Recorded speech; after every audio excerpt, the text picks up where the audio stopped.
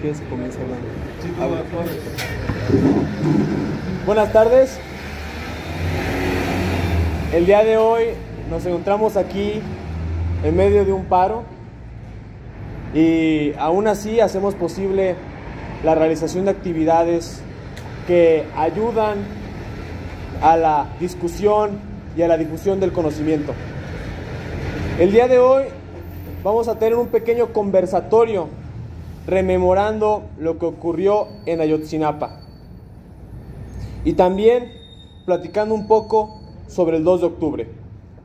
Además, tenemos hoy el gran honor de tener aquí al doctor Santiago Armesilla, que es autor de numerosos libros, entre ellos La vuelta del revés de Marx, Trabajo, utilidad y verdad, y el día de hoy nos viene a presentar su más reciente libro, Iberofonía y socialismo.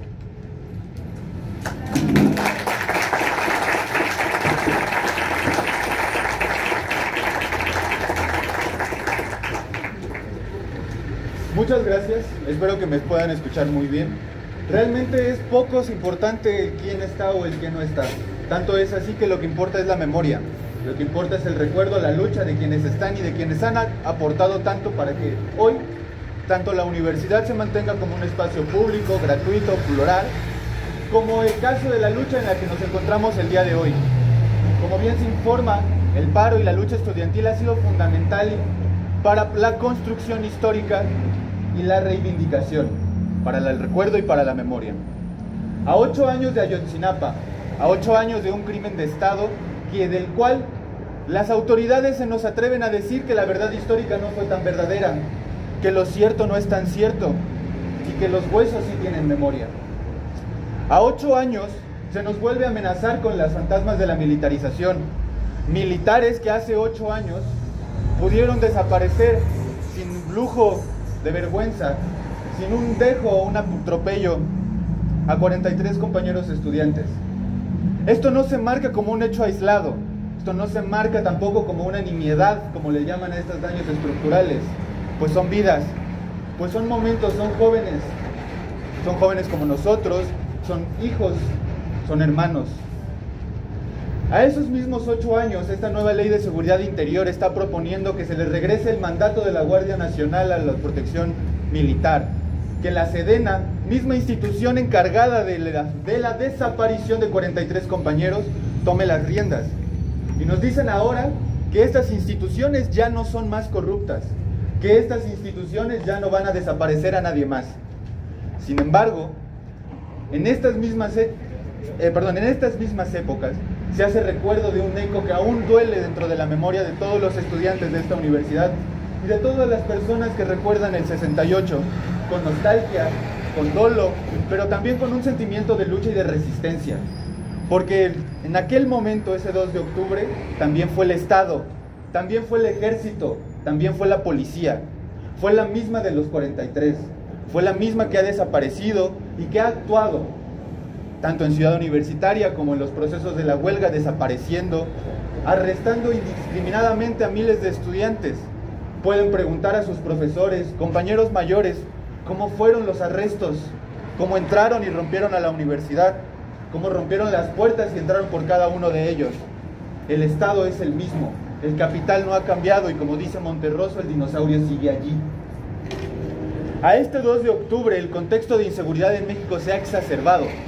Según cifras oficiales nos encontramos cerca de 250,000 muertos, 250,000 registrados desde el llamado Guerra contra el Narcotráfico en el 2006. El plan conocido como el Michoacanazo ha dejado un rastro también de 80,000 fosas clandestinas, más de 90,000 desapariciones forzadas según datos de Nos Queremos Vivos o de las Madres en Busca de Desaparecidos en la frontera norte. Este escenario de inseguridad, este escenario de exacerbación generalizado de la violencia se da también en el contexto de la ruptura de todos los patrones metabólicos con la naturaleza, la devastación medioambiental, el deterioro de todas las relaciones, la pauperización de la vida misma. Este deterioro es también el que nos ha llevado a convocarnos una y otra vez en recuerdo, en memoria y también frente a estas nuevas adversidades. ¿Cuáles son estas características? Hace 8 años, cuando los estudiantes salían en la toma, porque es verdad, tomaron autobuses, pero eso no es ningún delito cuando se está hablando de injusticia. Eso no es ningún delito cuando lo que se está exigiendo es la dignidad, el respeto, las condiciones mínimas de existencia. Ahora, en ese momento, a plena luz del día, como se los mencionaba, y en este contexto exacerbado de la violencia y de ruptura aparentemente institucional, pero también hay que tener cuidado con aquello, fue que los lograron desaparecer. Según los informes y esta nueva ruptura de la verdad histórica, todavía hasta noviembre parece ser que estaban vivos algunos de los estudiantes. Y sin embargo, con el descaro, todos los días se plantaron frente a medios a decir que era un carpetazo y que era historia cerrada, que nadie hablara y que nadie recordara. Sin embargo, esta lucha sigue vigente y está presente el día de hoy. Está presente en el paro, está presente en la memoria de los compañeros organizados, de quienes ahora toman la batuta y toman la responsabilidad de seguir con las actividades. Ese mismo 2 de octubre se trianguló, se liberó y se utilizó una multifuncionalidad de fuerzas. El ejército, en concordancia con la policía, en concordancia con las autoridades estatales, lograron hacer lo impensable. Pero ¿cómo llegamos a este escenario? Eso también es lo importante. Esta exacerbación forma parte también de una estrategia generalizada para la obtención de un tipo concreto de realidad, un tipo concreto de relaciones sociales en las que la normalización de la violencia se pueda dar a modo de ¿qué? De contener la insurgencia, de mantener los procesos de acumulación, de despojar a los territorios, a las comunidades que no se encuentran insertos en las dinámicas de acumulación. Esta exacerbación se nos vende dentro del mainstream bajo la idea de que es una ruptura del Estado de Derecho, de que es un estado de excepción, que parece que estas instituciones pueden volver a ser lo que eran. Pero la realidad es lo contrario. La realidad es que operan conforme a lógica. La realidad es que operan conforme a instrucción y conforme a los propósitos y designios de la acumulación de este sistema. De este sistema que también se encuentra convulso, de este sistema que se encuentra en crisis, que para América Latina se ha convertido en un contexto generalizado. El 26 de septiembre y el 2 de octubre parece que se juntan en 2 fechas, como si los ecos del pasado estuvieran. Tanto le debemos a los fantasmas. Pero hoy podemos volver a ponernos enfrente, volver a oponernos a estos procesos de militarización. Podemos mantenernos firmes y decir basta. Podemos reconocer y hacer el trazo de estas 250,000 personas asesinadas, de estas 80,000 personas en fosas clandestinas, 90,000 familias que no van a encontrar duelo, que no van a encontrar cierre, una desaparición, una pérdida, un feminicidio que faltó, perdón, en mi exposición, que hoy en día se encuentran 11 mujeres al día. Tanto es así como para, insisto, sospechar que se trata de un hecho aislado, que no es sistémico, o que responde a malversaciones o enfermedades mentales, como se les llama, a desviados en el poder, cuando no es así, cuando las alternativas están en la lucha organizada, en el mantenimiento de la comunidad concreta, en la toma del poder y la resignificación de los valores, y en muchas otras cosas que pueden partir simplemente de empezar a vernos las caras y empezar a dimensionar el problema tal y como es. Esta exposición no tiene el propósito de dar una remembranza respecto a las cifras, respecto a los detalles estadísticos. Si tenemos entonces que dar una exposición de cátedra, creo que no es el momento. El momento es un momento de recuerdo, un momento de lucha. Sin más, compañeros, les invito a que sigamos participando. El paro se mantiene hasta el 3 de octubre y el 2 de octubre no se olvida. Muchas gracias.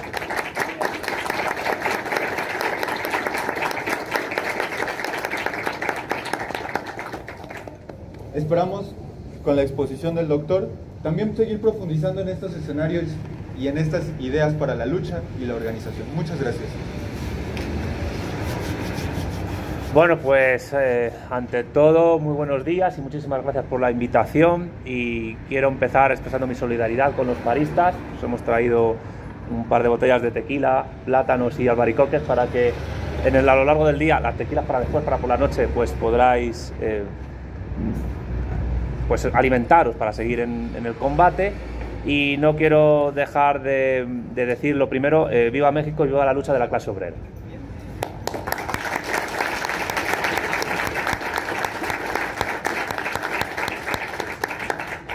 lo segundo, pedir disculpas porque en esta presentación tan bonita, en este hall de la Facultad de Economía, pues voy a presentar mi último libro, mi séptimo libro, Iberofonía y Socialismo, y no he traído ningún ejemplar, con lo cual es un poco extraño que en la presentación de un libro el autor no traiga ningún ejemplar. Os pido disculpas, pero el motivo es porque en el Pepsi Center, con Diego Rucharín, Nahuel Michalski y Ernesto Castro, se agotaron todos los libros que traje desde España hasta México. Acabé firmando libros de Ernesto Castro y de Diego Rucharín y alguna camiseta para, bueno, porque la gente me pedía lo que fuese. A partir del 6 de octubre, perdón por hacer publicidad, en las librerías Gandhi y Gonville de México, que creo que están distribuidas por toda la nación, podrá conseguirse el libro. Y por dos medios, o bien físicamente o por impreso por demanda, es decir, que daréis vuestros datos y podréis conseguirlo. Bien, presentar un libro con ese título, que puede ser un poco raro para algunos, Iberofonía y Socialismo, en una facultad de Economía, no es baladí, teniendo en cuenta que una parte del libro se dedica a la economía política y se dedica incluso pues a lo que hacía Marx, la crítica de la economía política. Esto lo digo porque hay algunos autores liberales, libertarios, pubertarios, austríacos, o como los queráis llamar, que están elaborando libros de crítica de la economía política marxista. Bueno, bien, a mi juicio esto no ha existido nunca. Marx nunca propuso una economía política propia, sino una crítica de lo que entonces era la economía política clásica, y que después, tanto en economía como en otras ramas del saber, hay politólogos aquí en el hall, filósofos, supongo que alguno habrá también, pues esa crítica se hace a una disciplina que se tiene por científica al mismo rango quizás que las ciencias naturales o las formales, al rango del álgebra, de la geometría, de la química o de la física, pero lo platicábamos antes mientras tomábamos un café, no es tal. Bueno, en el libro también hay parte de eso. Iberofonía y Socialismo es un libro corto, que se puede leer en 3 días, 5 si somos perezosos o queremos tomar apuntes, y tiene 3 partes. Una parte, digamos, de definición de lo que es eso que se llama iberofonía, una segunda parte de definición de lo que es el modo de producción capitalista y cómo éste se ha implantado como modernidad realmente existente frente a esa iberofonía que se construyó en el periodo de transición entre el modo de producción feudal y el modo de producción capitalista, que fue el mercantilismo, un periodo de transición que concuerda precisamente con el auge de 2 imperios importantes marítimos, el imperio portugués y el imperio español, y que abarca de finales del siglo XV a finales del siglo XVIII. Y una tercera parte dedicada a la geopolítica. La economía y la geopolítica se entretejen constantemente, y creo que esto es bueno remarcarlo, porque estamos en una facultad de economía política, vamos a poner el adjetivo, la disciplina, a pesar de Marshall, y porque desde el individualismo metodológico es imposible entender fenómenos que se escapan a la supuesta soberanía del individuo y consumidor que preconan neoclásicos y austríacos. Pues bien, sin más, yo voy a tratar de brevemente resumir lo que son esas 3 partes del libro, y para mí lo que es más interesante es luego las preguntas y respuestas que podamos hacer entre todos, ¿no? Vamos con la primera parte, de definición de conceptos. ¿Qué es la iberofonía? Es un término raro, nuevo, reciente en la historia, pero que sin embargo define o trata de definir, yo creo que acertadamente, un fenómeno histórico, geopolítico y civilizatorio que tiene una profundidad de siglos. La persona a la que hay que atribuir el logro de ser el pionero de la teorización de lo que es la iberofonía es el politólogo español Álvaro Durantez Prados, que tanto en su tesis doctoral como en su libro Iberofonía y Paniberismo, definición de articulación del mundo ibérico, un libro de 800 páginas, por cierto, y que se puede conseguir en PDF gratuitamente en internet, define esto. Y es un término muy asociado a lo que es la lingüística, y donde se puede apreciar pues la conexión entre las lenguas y la civilización, y lo que se entiende por civilización. Yo propongo una definición de civilización muy alejada de la definición de Huntington, por cierto. Y por tanto, ¿qué es la iberofonía? La iberofonía es el conjunto de naciones políticas, alrededor de 31, de territorios y de poblaciones que a lo largo del planeta, en los 5 continentes, tienen la característica de que hablan español y portugués. ¿Qué tienen en común el español y el portugués? Bueno, existen diversas lenguas en el planeta que son mutuamente comprensibles a grandes rasgos. Por ejemplo, el checo y el eslovaco. Por ejemplo, el serbio y el croata, que prácticamente son una misma lengua.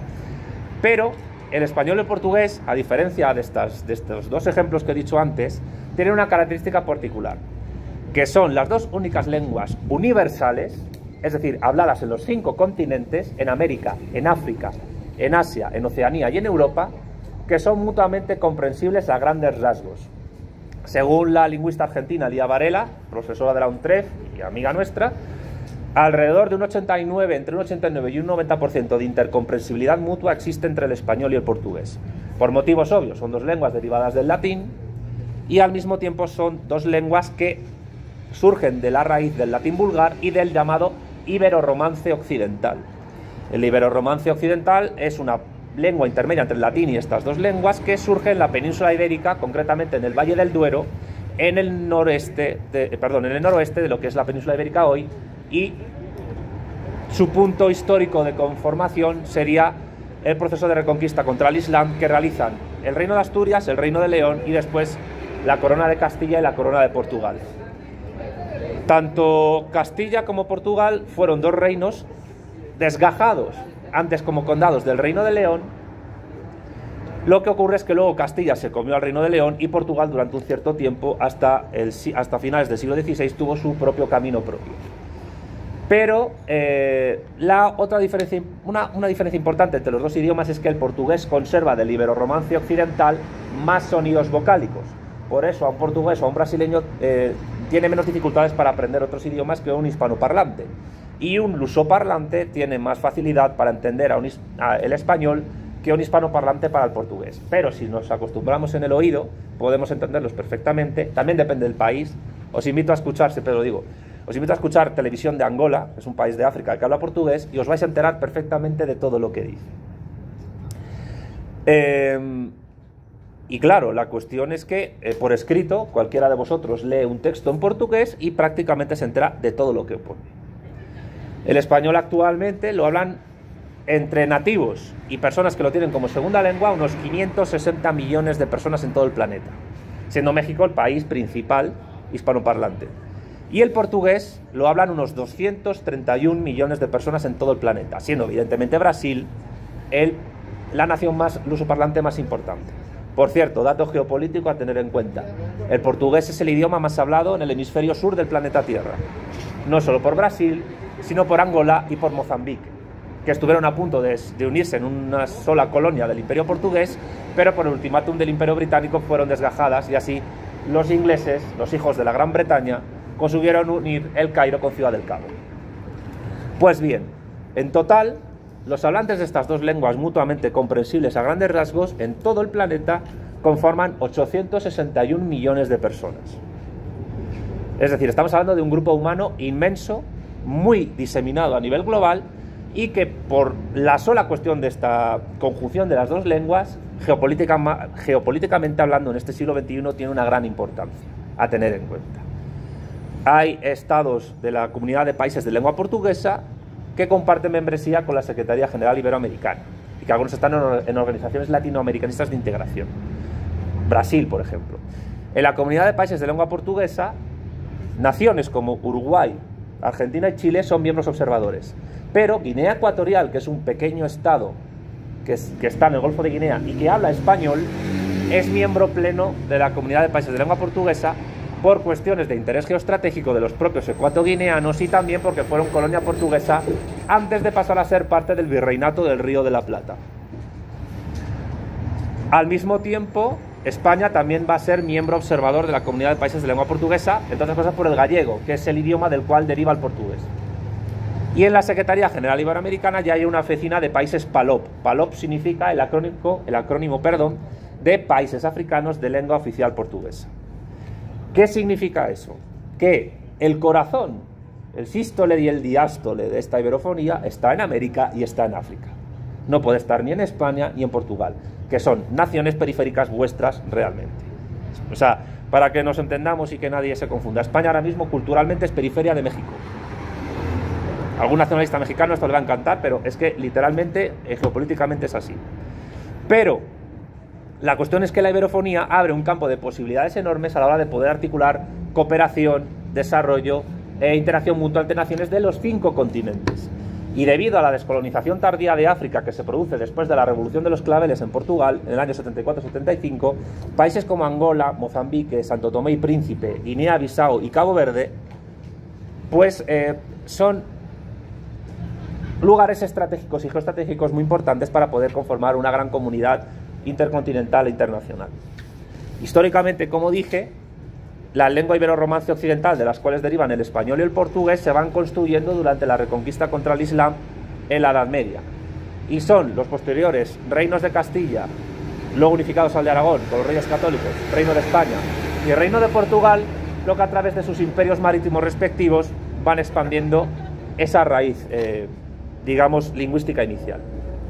Hay que tener en cuenta que los descubrimientos portugueses y españoles, la circunnavegación de diversos océanos, se produce porque después de la conquista del Imperio Otomano de Constantinopla, acabando así el Imperio Bizantino, las tradicionales rutas comerciales de la seda que unían Europa continental con Asia se tapan, porque los turcos dominan esa región y para los europeos occidentales empieza a ser complicado poder comerciar directamente con China por tierra.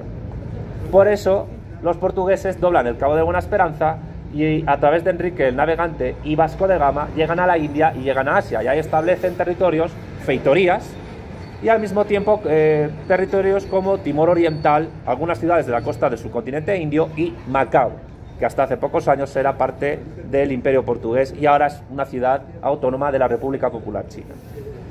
Después, con la llegada de Colón a lo que luego se conoció como América, se denominó como América, pues los mercados globales se amplían enormemente y el Mediterráneo deja de ser el lugar central de la geopolítica medieval y antigua, incluso del comercio medieval y antiguo, y pasa a ser el Atlántico. Además, después del Tratado de Tordesillas y del Tratado de Zaragoza, que es donde se dividen por influencia papal las zonas de hegemonía e influencia geopolítica de españoles y portugueses, eso conlleva además a nivel comercial una cosa que muy poca gente conoce actualmente y que es tremendamente interesante, y es el establecimiento del Mare Clausum. ¿Qué es el Mare Clausum? El cual funcionó precisamente entre finales del siglo XV y finales del siglo XVIII. Es una cláusula marítima y comercial por la cual los únicos barcos que podían navegar por determinadas zonas oceánicas eran portugueses y españoles. Esos lugares oceánicos eran el Atlántico Sur, el Índico, que fue controlado durante bastante tiempo por Portugal hasta que se volvió a independizar en 1668 y empezó esa zona a ser controlada primero por neerlandeses y después por la famosísima ¿cómo se llama? Que se me ha olvidado. La Compañía Británica de las Indias Orientales, sí, y luego el Pacífico y el Atlántico Sur por España. El Pacífico, además, teniendo Acapulco como el puerto más importante, conectado por el galeón de Manila con Filipinas y después con China. Pasa además una cosa curiosa en el Mare Clausum. Por cierto, dato geopolítico a tener en cuenta y geohistórico. El Atlántico Norte fue el único territorio oceánico, dejando de lado los océanos glaciares, no controlados por España y Portugal, que luego fue la base de la hegemonía anglosajona y de la OTAN. Para que atemos cabos históricos, ¿no?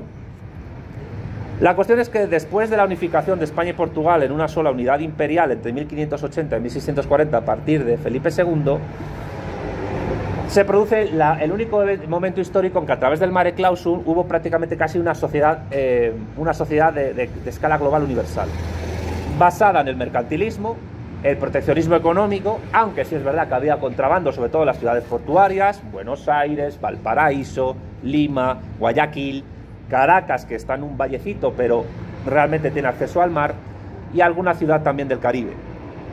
Pero esto es tremendamente curioso porque el Mare Clausum duró bastante tiempo y barcos neerlandeses y británicos no podían navegar por ciertos océanos.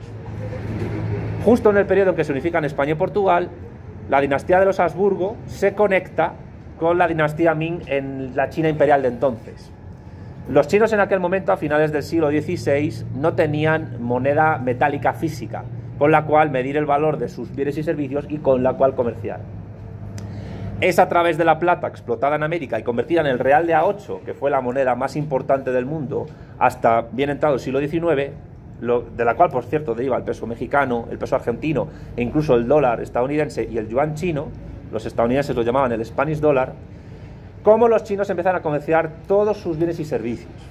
Se produce lo que se podría llamar, si se me permite, la primera globalización. Evidentemente no con una ideología liberal, porque no existía, pero sí mediante los esquemas filosóficos y teológicos de la Escuela de Salamanca. Salamanca es la ciudad en la que Alicia y yo vivimos. Y, por cierto, pequeño paréntesis que abro, recomiendo mucho el libro del economista Daniel Marín llamado Destapando el liberalismo, la escuela austríaca no nace en Salamanca, porque hay un intento de apropiación ideológica por parte de la escuela austríaca de los principios morales, teológicos y filosóficos de Francisco de Vitoria, Bartolomé de las Casas, Francisco Suárez y otros, cuyos planteamientos nada tienen que ver ni con el individualismo metodológico austriaco, ni tampoco con la idea de cálculo económico capitalista, ni con la idea de función empresarial de, entre otros, Jesús Huerta de Soto. Así que recomiendo mucho ese libro porque en Salamanca no nace Austria. Salamanca es otra cosa completamente distinta.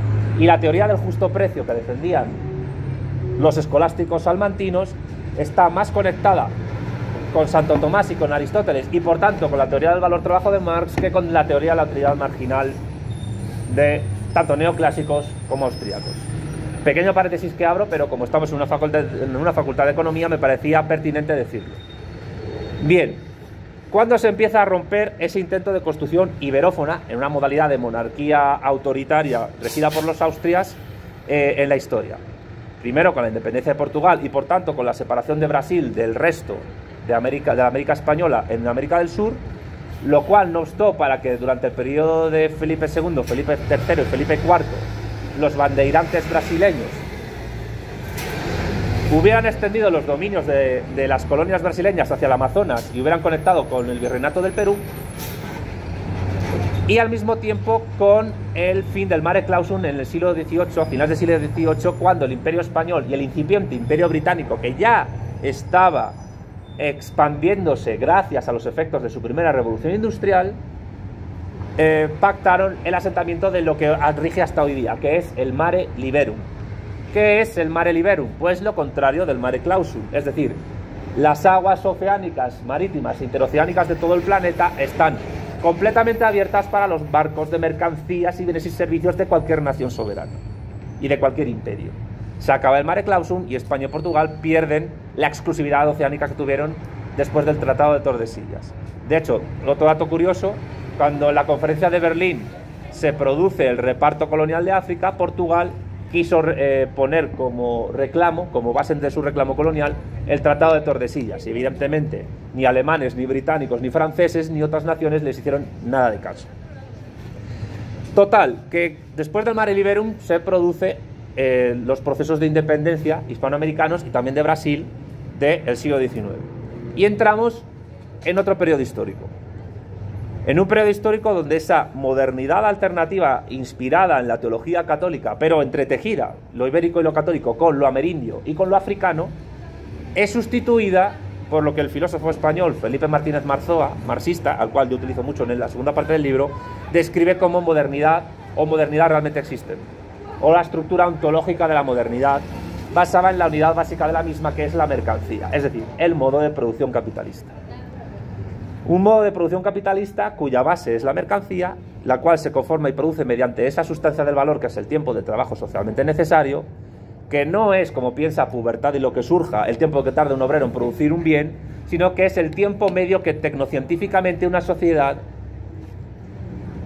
realiza para producir de media cualquier tipo de bien o servicio, y que debido al desarrollo de las fuerzas productivas, ese tiempo medio va variando mediante la competencia interempresarial entre unidades económicas en eso que Marx y Engels llamaron anarquía de la producción. Pongamos, si queréis, en cursiva lo de anarquía de la producción. Pero evidentemente esa modernidad realmente existente se sobrepone sobre esa modernidad alternativa que es derrotada y balcanizada en una serie de naciones soberanas, pero sometidas indirectamente al neoextractivismo y al monocultivo de materias primas para el resto de mercados globales, sobre todo controlados por el capitalismo anglo-germánico de origen religioso protestante, cuya idea de propiedad privada es muy distinta a la preconizada por la Escuela de Salamanca de origen católico. La propiedad privada en la Escuela de Salamanca, y esto también es una crítica a los austríacos que se tratan de apropiar de sus ideas, está en función siempre del interés común de la comunidad y es personal. No está conformada en base a explotar pues trabajo ajeno. Porque como sabemos, el plusvalor es una de las bases fundamentales para la producción de mercancías en la estructura ontológica moderna, en la estructura capitalista. Y el plusvalor no es más que la resta, o sea, es una operación muy simple entre lo que se tarda, según en la base de ese tiempo de trabajo socialmente necesario en producir una mercancía, y lo que efectivamente se le paga al proletario por producir esa mercancía. Esa diferencia, que es el plusvalor, se la queda al capitalista, pero no perpetuamente, y tampoco se la queda porque sea un vampiro malvado que chupe la sangre del obrero, aunque también, sino porque es su función estructural en esa estructura económica. Y parte de ese plusvalor, que también es parte del valor, ¿a qué va? A pagar impuestos, a pagar maquinaria nueva, material de oficina, ampliar negocios, etc. Con lo cual, ¿el plusvalor es una fuente de riqueza del capital? Sí. ¿Es la única fuente de riqueza? No, hay muchas más, el comercio, por ejemplo. ¿Es la única fuente de explotación? Sí. Por tanto, y claro, la cuestión es que el libro se llama Iberofonía y Socialismo. Estamos ya conectando el término iberofonía con el término socialismo. Lo que derrota a esa modernidad alternativa ibero-católica, amerindia y africana entretejida durante 3 siglos es la modernidad del capitalismo anglo-germánico protestante, y es curiosamente Carlos Marx, en una nota a pie de página muy extensa pero con una frase muy breve en el tomo 1 del Capital, donde mejor describe por qué cae el Imperio Español y también por qué cae esa modernidad alternativa. La cita la dejo en el libro, pero nunca me resisto a exponerla públicamente, porque nadie mejor que Marx ha descrito por qué cayó aquello. Era inevitable que cayera porque todos los imperios caen. También caerá el estadounidense. La cuestión es cuándo, pero todos caen. Marx dice: ya Don Quijote pagó caro el error de creer que la caballería andante era compatible con toda forma económica de sociedad. Y en esa frase tan corta describe por qué cae el Imperio Español, mejor que cualquier historiador, sinceramente. La cuestión es que esa modernidad realmente existente, que lleva 2 siglos de desarrollo y en la cual se entretejen 3 dialécticas distintas que son la misma, bueno, yo culturalmente soy católico, digo que es una dialéctica unaitrina de clases, de estados y de imperios, y que realmente es lo mismo, lucha de clases, pues conlleva que geopolíticamente hablando el mundo anglosajón, y particularmente Estados Unidos, el Imperio Británico, que financieramente todavía existe, y luego pues Canadá, que queramos que no, pues parece que no hace nada, pero la mata callando, y sobre todo por ciertas empresas que hay en México, y Australia y Nueva Zelanda, que también hacen de las suyas. Si no, preguntemos a los lusoparlantes de Timor Oriental lo que es supuesto Australia e Indonesia con ellos. Y luego está el resto de la Commonwealth, pues que son subalternos de, entre comillas, para ellos, razas inferiores, ¿no? Pero la cuestión es que desde hace 2 siglos ese modo de producción capitalista se sigue desarrollando, aunque las propias técnicas y tecnologías que ese modo de producción capitalista desarrolla pueden permitir el avance y desarrollo de un modo de producción postcapitalista, que tanto en Marzoa como en Marx es comunista. Siendo el socialismo el qué. Desde la perspectiva del materialismo histórico, como todos sabréis, no os descubro el Mediterráneo con esto, es el periodo de transición entre el modo de producción capitalista y el modo de producción comunista. Un periodo de transición que se llama dictadura del proletariado y que, en sustitución de la democracia, de la República Democrática, pues instauraría todo tipo de regímenes políticos muy diversos donde la clase obrera sea la hegemónica y donde la información económica que se distribuya y el excedente de producción sería propiedad de la clase trabajadora a través de diversos tipos de mecanismos políticos, económicos y tecnocientíficos. Cosa que no ocurre ahora, porque en el capitalismo sí, el trabajo es social, pero la apropiación no es colectiva. Y en el marxismo, además, el socialismo, si está encaminado al comunismo, es la primera fase de la construcción del comunismo. El comunismo no deviene. Lo definen en la ideología alemana Marx y Engels como el movimiento real que anula y supera el estado de cosas actual, partiendo de las premisas realmente existentes del estado de cosas actual. Y si el estado de cosas actual es la modernidad capitalista y su tecnología, solo desde ella se puede construir el socialismo y el comunismo. Luego, si queréis, entramos a debatir si la sociedad política estatal continúa o no en el modo de producción comunista, pero a mi juicio, tal y como os pongo en el libro, en la crítica del programa de Gotha, el Estado sigue continuando de otra manera, ya no como un instrumento de clase, pero la sociedad política, la administración pública seguiría existiendo. La cuestión aquí clave es que la información económica, que al contrario de lo que piensa von Mises, no se ciñe solo a los precios comerciales, Información económica, sí, son los precios comerciales, son los costes de producción, sí es el tiempo de trabajo socialmente necesario, la sustancia del valor, sí es incluso la información físico-química y material de las propias mercancías.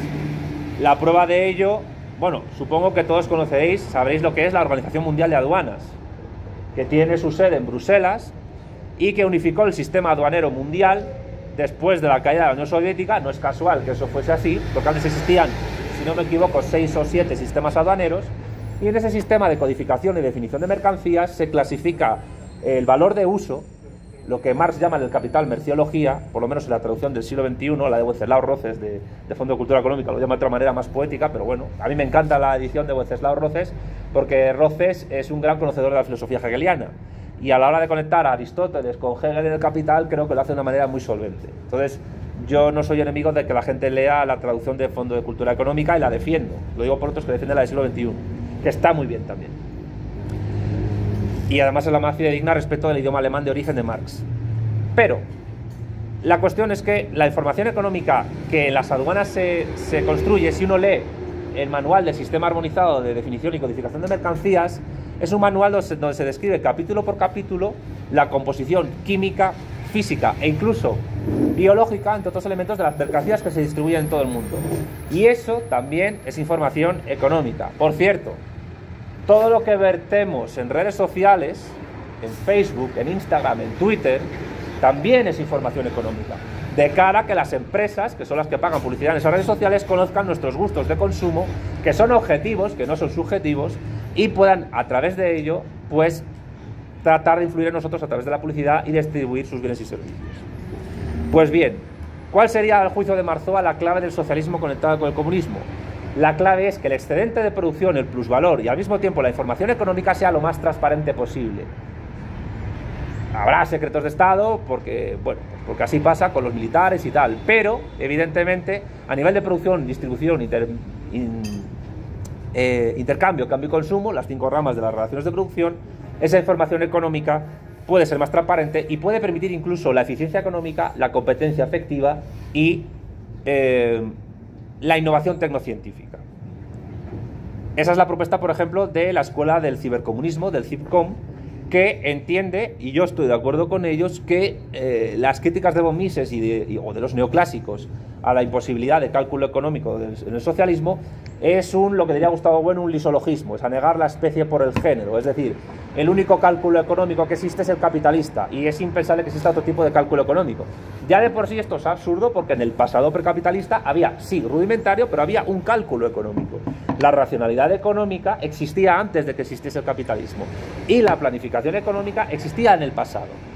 La pirámide de Teotihuacán requiere un cálculo económico de un determinado tiempo para poder producirse y las pirámides de Egipto también. Eso requiere una racionalidad económica y una cierta eficiencia que depende de las técnicas que se disponen en el momento histórico.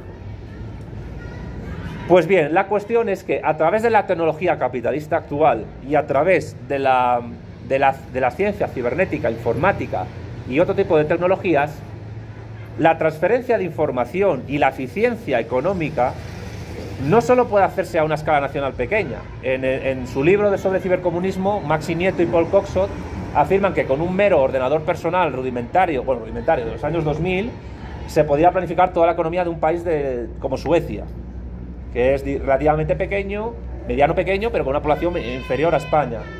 Tiene un continente, nada más. Bueno, si queréis me callo un poco. Creo que te van a obstruir el ruido.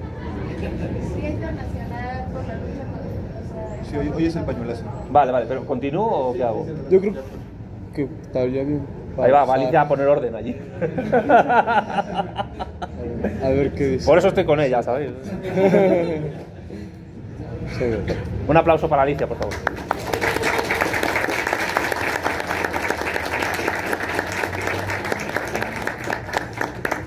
Bueno, como iba diciendo, y gracias a las manifestantes y todo mi apoyo hacia ellas,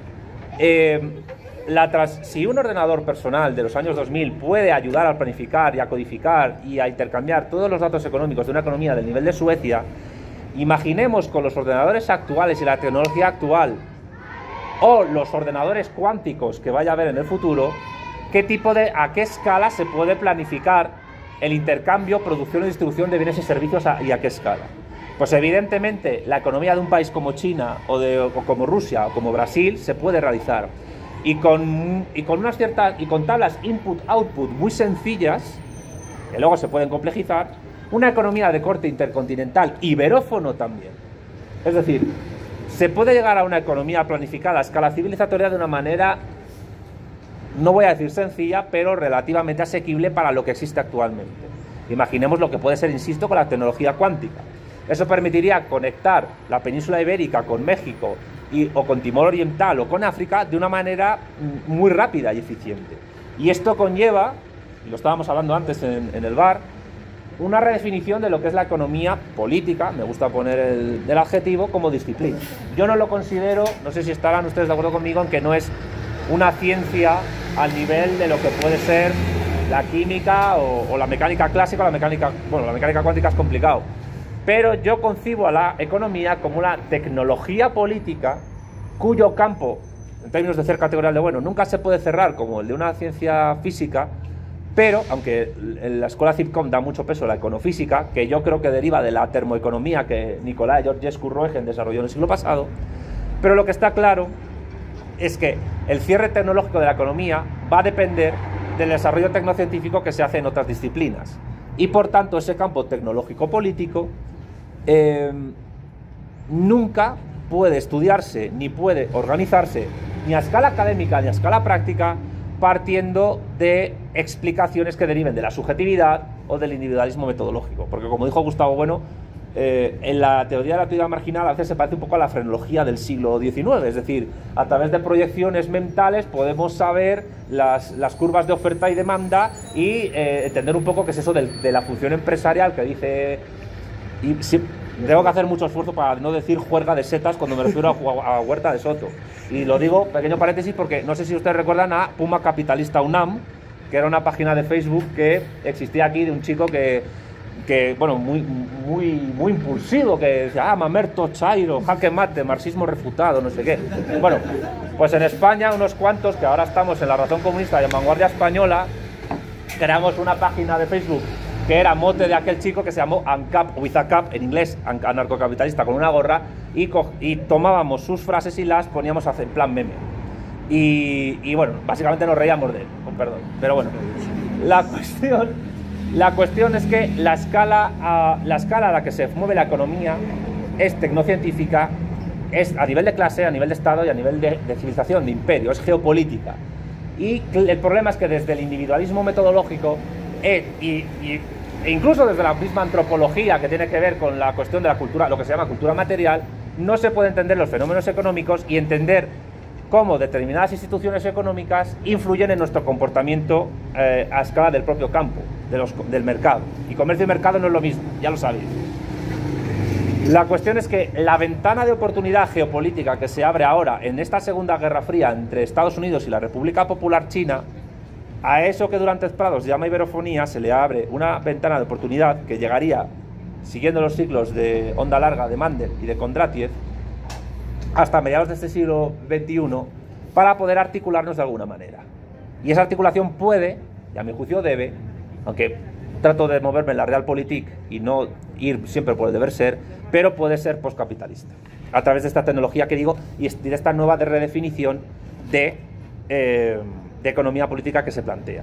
No para recuperar imperios del pasado que no van a volver, sino para, sobre los témpanos flotantes del naufragio de esos imperios, que tienen que ver con la cuestión lingüística, construir algo nuevo. Y teniendo en cuenta que iberofonía no es lo mismo que iberosfera. Este proyecto que se plantea en este libro es anti-Vox. La idea de iberosfera que plantea Vox es una analogía de la anglosfera, donde Estados Unidos y los hijos de la Gran Bretaña serían los dominadores. No, yo insisto, aquí el hegemón tiene que ser iberoamericano y africano, iberoafricano. Y nosotros, desde España, ayudar en lo que podamos. Pues bien, la última parte del libro es la dedicada a la cuestión geopolítica y trato de analizar a nivel regional cómo se puede actuar y qué problemas sociales hay en cada región de la iberofonía para poder actuar en esta propuesta de construcción postcapitalista civilizatoria en base a la tecnología realmente existente. Y yo divido varias regiones: Brasil, México, el Cono Sur, con la cuenca del Río de la Plata como lugar geopolítico importante, la región andina, la región del Caribe, Iberoáfrica, Iberoasia, Iberooceanía y la iberofonía europea, que no es solo Portugal y España, sino que es Andorra también, el Principado de Andorra. ¿Qué tiene de particular Andorra? Por cierto, el idioma oficial es el catalán en Andorra. No quieren ser catalanes, ellos son andorranos. Pero es que el idioma más hablado de facto es el español y el segundo es el portugués. ¿Por qué? Debido a la inmigración de fuerza de trabajo a Andorra para poder conseguir un empleo. Con lo cual, ese chiquitito país llamado Andorra es lo más iberófono que puede haber en el mundo. Me refiero en el sentido de concentración de población. Me voy a centrar, como hice en la otra charla, en Brasil y México. No solo porque estemos en México, sino por cuestión de parecidos sociológicos entre ambos países, de estructura, incluso de clases, y por dimensiones. Brasil tiene más de 230 millones de habitantes, si no me equivoco, es el quinto país más extenso de la Tierra y tiene la particularidad que está rodeado por sus fronteras físicas por países hispanoparlantes y excluimos las Guayanas. Pero Brasil es el punto de conexión entre la América hispanoparlante y África, y la África lusoparlante e incluso Guinea Ecuatorial. Brasil tendría la oportunidad, en ese sentido, de poder ser el centro unificador de este proyecto geopolítico postcapitalista iberófono. Pero es que el otro polo es México. México que yo en el libro le llamo el gigante mutilado. ¿Por qué? Pues por lo que pasó después del Tratado de Guadalupe Hidalgo y la pérdida de más de la mitad de territorio que ocurrió después de aquello. La cuestión es que a nivel geopolítico, a mi juicio, y a lo mejor esto es polémico, el gran enemigo geopolítico de Estados Unidos no es ni Rusia ni China. Evidentemente, por dimensiones y proyecto, China es el gran enemigo de Estados Unidos actualmente. De ahí los intentos de desestabilización que está teniendo en Taiwán, de lo que trata de realizar incluso en Rusia, buscando su balcanización para llegar por vía terrestre a Manchuria, o pues esta lucha tecnológica y financiera que está teniendo en lo que algunos ya llamamos desde hace tiempo Segunda Guerra Fría. Yo creo que estamos en un periodo de Segunda Guerra Fría que puede acabar siendo caliente. Ahora mismo en Europa la cosa está muy muy caliente. A ver, las dos guerras mundiales han empezado en Europa, con eso os digo todo. Es el lugar del mundo donde más guerras ha habido en toda la historia. Y ahora con el sabotaje del Nord Stream 2 la cosa está complicadísima. Con lo cual, winter is coming. Lo vamos a pasar realmente mal. Y Rusia evidentemente también es un enemigo geopolítico considerable del poder anglosajón, entre otras cosas por la extensión que tiene y porque todavía hoy, en potencial armamentístico nuclear, Rusia supera a Estados Unidos. Sin embargo, el verdadero enemigo geopolítico fundamental número uno de Estados Unidos de Norteamérica, por cuestiones demográficas y por cuestiones culturales, es México. El peor enemigo siempre es el vecino. Esto hasta en vuestra comunidad de vecinos os pasa. Como os toque un vecino que no, de eso, mientras viváis allí va a seguir. Lo siento, hasta que, no sé, se mude o se muera. Pero el caso es que el peor enemigo de Estados Unidos es México y el peor enemigo de México es Estados Unidos. Aunque al mismo tiempo tienen alianzas y tienen intereses comunes y hay pues relaciones internacionales desde hace tiempo establecidas, etc. Pero la cuestión es, ¿qué pasaría si en México se produjera una segunda revolución que afectara de manera geopolítica histórica trascendental a un imperio como el estadounidense que está en descomposición, que está en un proceso de progresiva descomposición? A mi juicio y a juicio de algunos geopolitólogos, y con esto voy acabando, la caída del imperio estadounidense no se va a desarrollar como ocurrió en la Unión Soviética, con colapso, un colapso que todos conocemos, sino que estamos viendo una progresiva descomposición demográfica, económica, industrial, cultural, aunque evidentemente por la propia inercia de su poder va a tardar tiempo en darse, pero es en este siglo XXI donde se puede ver. ¿Qué papel va a tener México entonces en ese proceso de descomposición que está sufriendo Estados Unidos? Si México consigue articularse como el unificador de la iberofonía socialista, conjuntamente con otros territorios, y habrá que ver qué pasa con Brasil, México se puede convertir en la punta de lanza de una transformación social sin precedentes en la historia, porque sería el punto de inflexión de la transición del modo de producción capitalista al comunista. Y esto implica pensar ¿Qué significa esto de la iberofonía? Y con esto termino, de verdad. El portugués y el español son las dos únicas lenguas universales que tienen muchas cosas en común a nivel lingüístico, pero tienen una particular a nivel filosófico importante. Y ahora me voy a otra disciplina, que troca con la economía, pero bueno, que es la filosofía. Adam Smith era filósofo, y Marx también.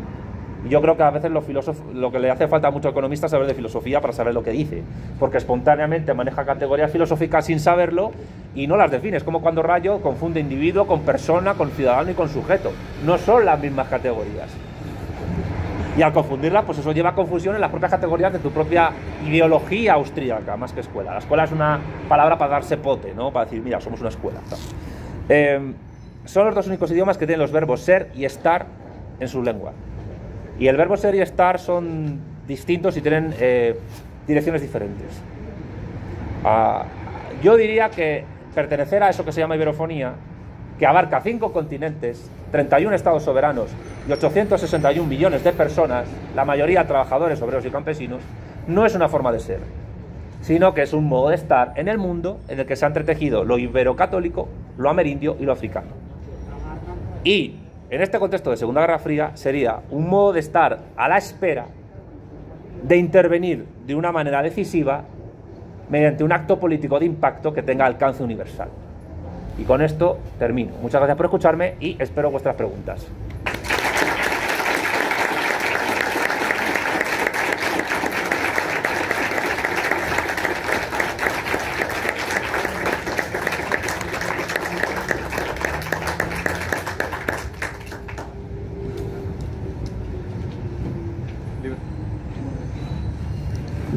Vamos a comenzar con las preguntas. Bueno, yo tengo 3 preguntas. Primero que nada, muchas felicidades, tanto por la plática como por el libro. Gracias. No tengo realmente mucho tiempo siguiendo notas, pero los videos que he visto y un poco lo que me han relacionado me ha gustado mucho. Muchas felicidades.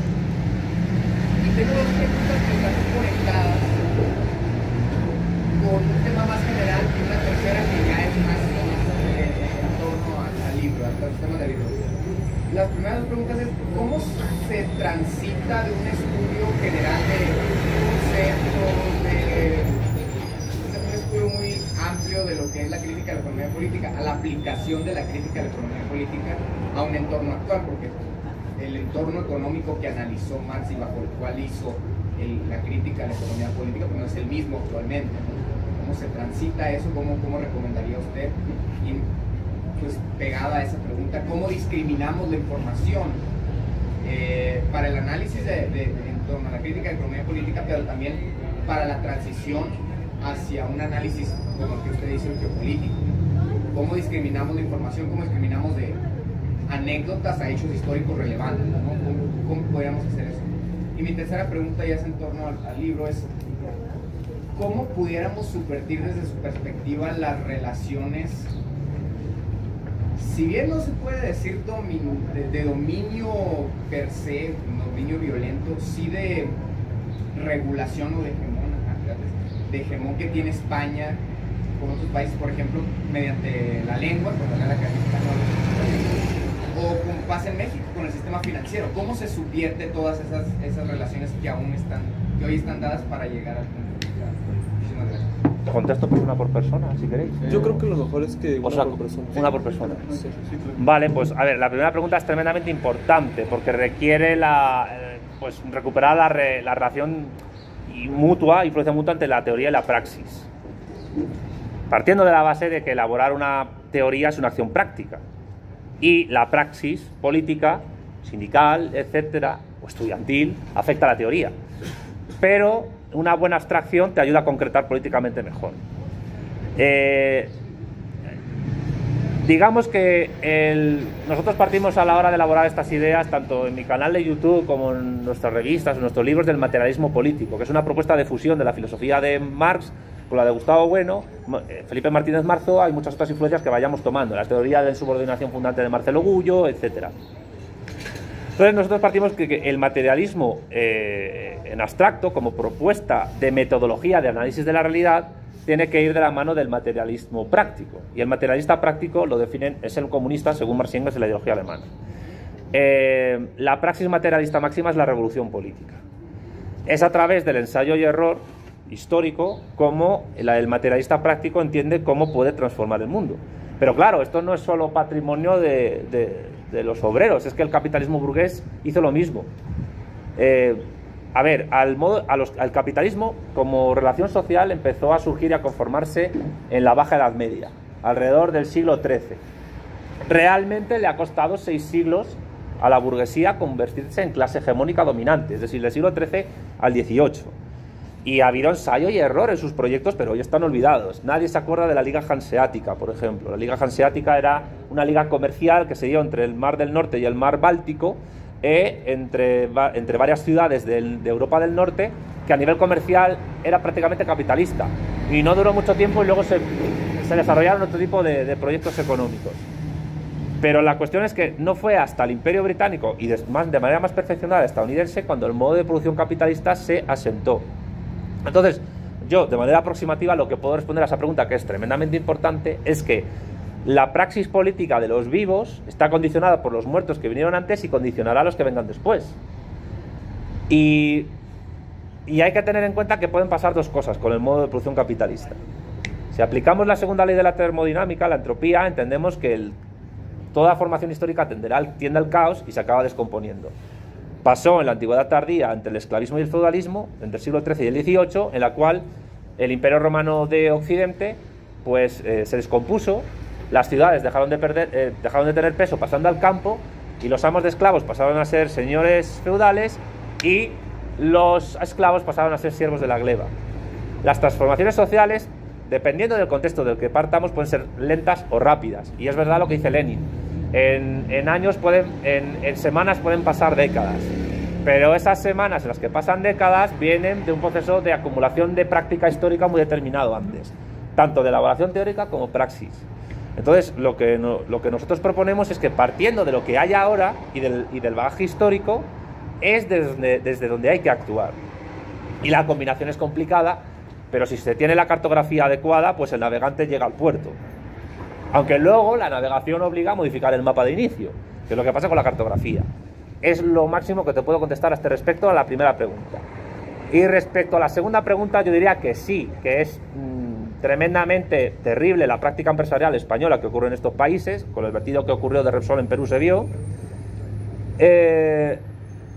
Y habría que actuar, evidentemente, desde España y desde aquí contra esas empresas. Bien nacionalizándolas o bien haciendo que trabajadores mexicanos y españoles conjuntamente sean dueños de lo que produce esas empresas. Lo que no hay que perder de vista, y creo que se ha perdido un poco con el pensamiento decolonial, es el internacionalismo proletario. Y es decir, que lo que le pasa, que un obrero explotado en España y un obrero explotado en México sufren con sus variantes la misma condición estructural típica del modo de producción capitalista. Acertadamente tú has dicho que la economía que analizó Marx es distinta a la actual. Bueno, en parte, el plusvalor se sigue extrayendo, la sustancia del valor sigue existiendo, la revolución tecnocientífica no deja de ser una forma de revolución industrial, los procesos de concentración de la propiedad en forma de monopolios y oligopolios se sigue dando, la ley de la tendencia descendiente de la tasa de ganancia, por mucho que digan, se sigue desarrollando, tanto en México como en España. Tanto en México como en España, una familia trabajadora en los años 60 del siglo pasado podía vivir de un solo sueldo, 3 o 4 o 5 miembros. Ahora los salarios de 3 miembros de esa familia no alcanzan a pagar los gastos que se tienen a fin de mes. Y los resortes por los cuales se podía impedir esa tendencia ya no funcionan tanto. Aparte que tanto en España como en México, como en Brasil, como en Chile, como en República Dominicana, la caída de la Unión Soviética y el fin del estado del bienestar, tal y como lo hemos conocido, siguen afectando a todos los trabajadores. ¿Qué quiero decir con esto? Pues que hay fuerzas, tanto en México como en España, que tratan de recuperar, no sé, una suerte de socialdemocracia dura, si se quiere. Pongo el ejemplo de Morena. El problema, y me lo preguntaron en el Pepsi Center, y les dije, es que si el estado del bienestar en Europa Occidental, América y Oceanía y Japón existió en el siglo XX, fue porque existía la Unión Soviética previamente y la geopolítica presionaba. Una vez caída la Unión Soviética, el proyecto de bienestar socialdemócrata se cae por su propio peso. La prueba histórica es que nada más caer la URSS, pues sale Tony Blair con Anthony Giddens y propone la tercera vía. Y la tercera vía no es más que social liberalismo, que luego por procesos de posmodernismo filosófico nos lleva hasta ahora, ¿no? Entonces, yo a lo que invito es, sí, reflexionemos sobre la práctica empresarial de las empresas españolas en México, reflexionemos sobre las prácticas empresariales de las empresas mexicanas en otros países pequeños de América Central, que también me parece importante, y recuperemos el internacionalismo proletario bien entendido. E internacionalismo significa conservar la soberanía nacional y la integridad de las naciones, pero que entendamos que los trabajadores en todo el planeta sufren, independientemente de su origen, la misma explotación y la misma presión de todo tipo, incluso ideológica, base de superestructura. Y otra cosa a tener en cuenta, que me parece perentorio decir, si el autobús no hace que se me olvide, que es que esa explotación y esa opresión es común a todos los trabajadores, y al mismo tiempo la burguesía actúa de una manera más o menos igual en todas las latitudes. O sea, por eso, por ejemplo, en Bolivia existe un capitalismo andino donde hay burgueses de origen indígena que explotan a obreros indígenas, obreros blancos y obreros afrodescendientes. Y eso es algo que se olvida, que aquí lo fundamental, independientemente de otras cuestiones, es la extracción de plusvalor. Y aquí lo fundamental es que nos unamos todos para que ese plusvalor lo controlemos nosotros.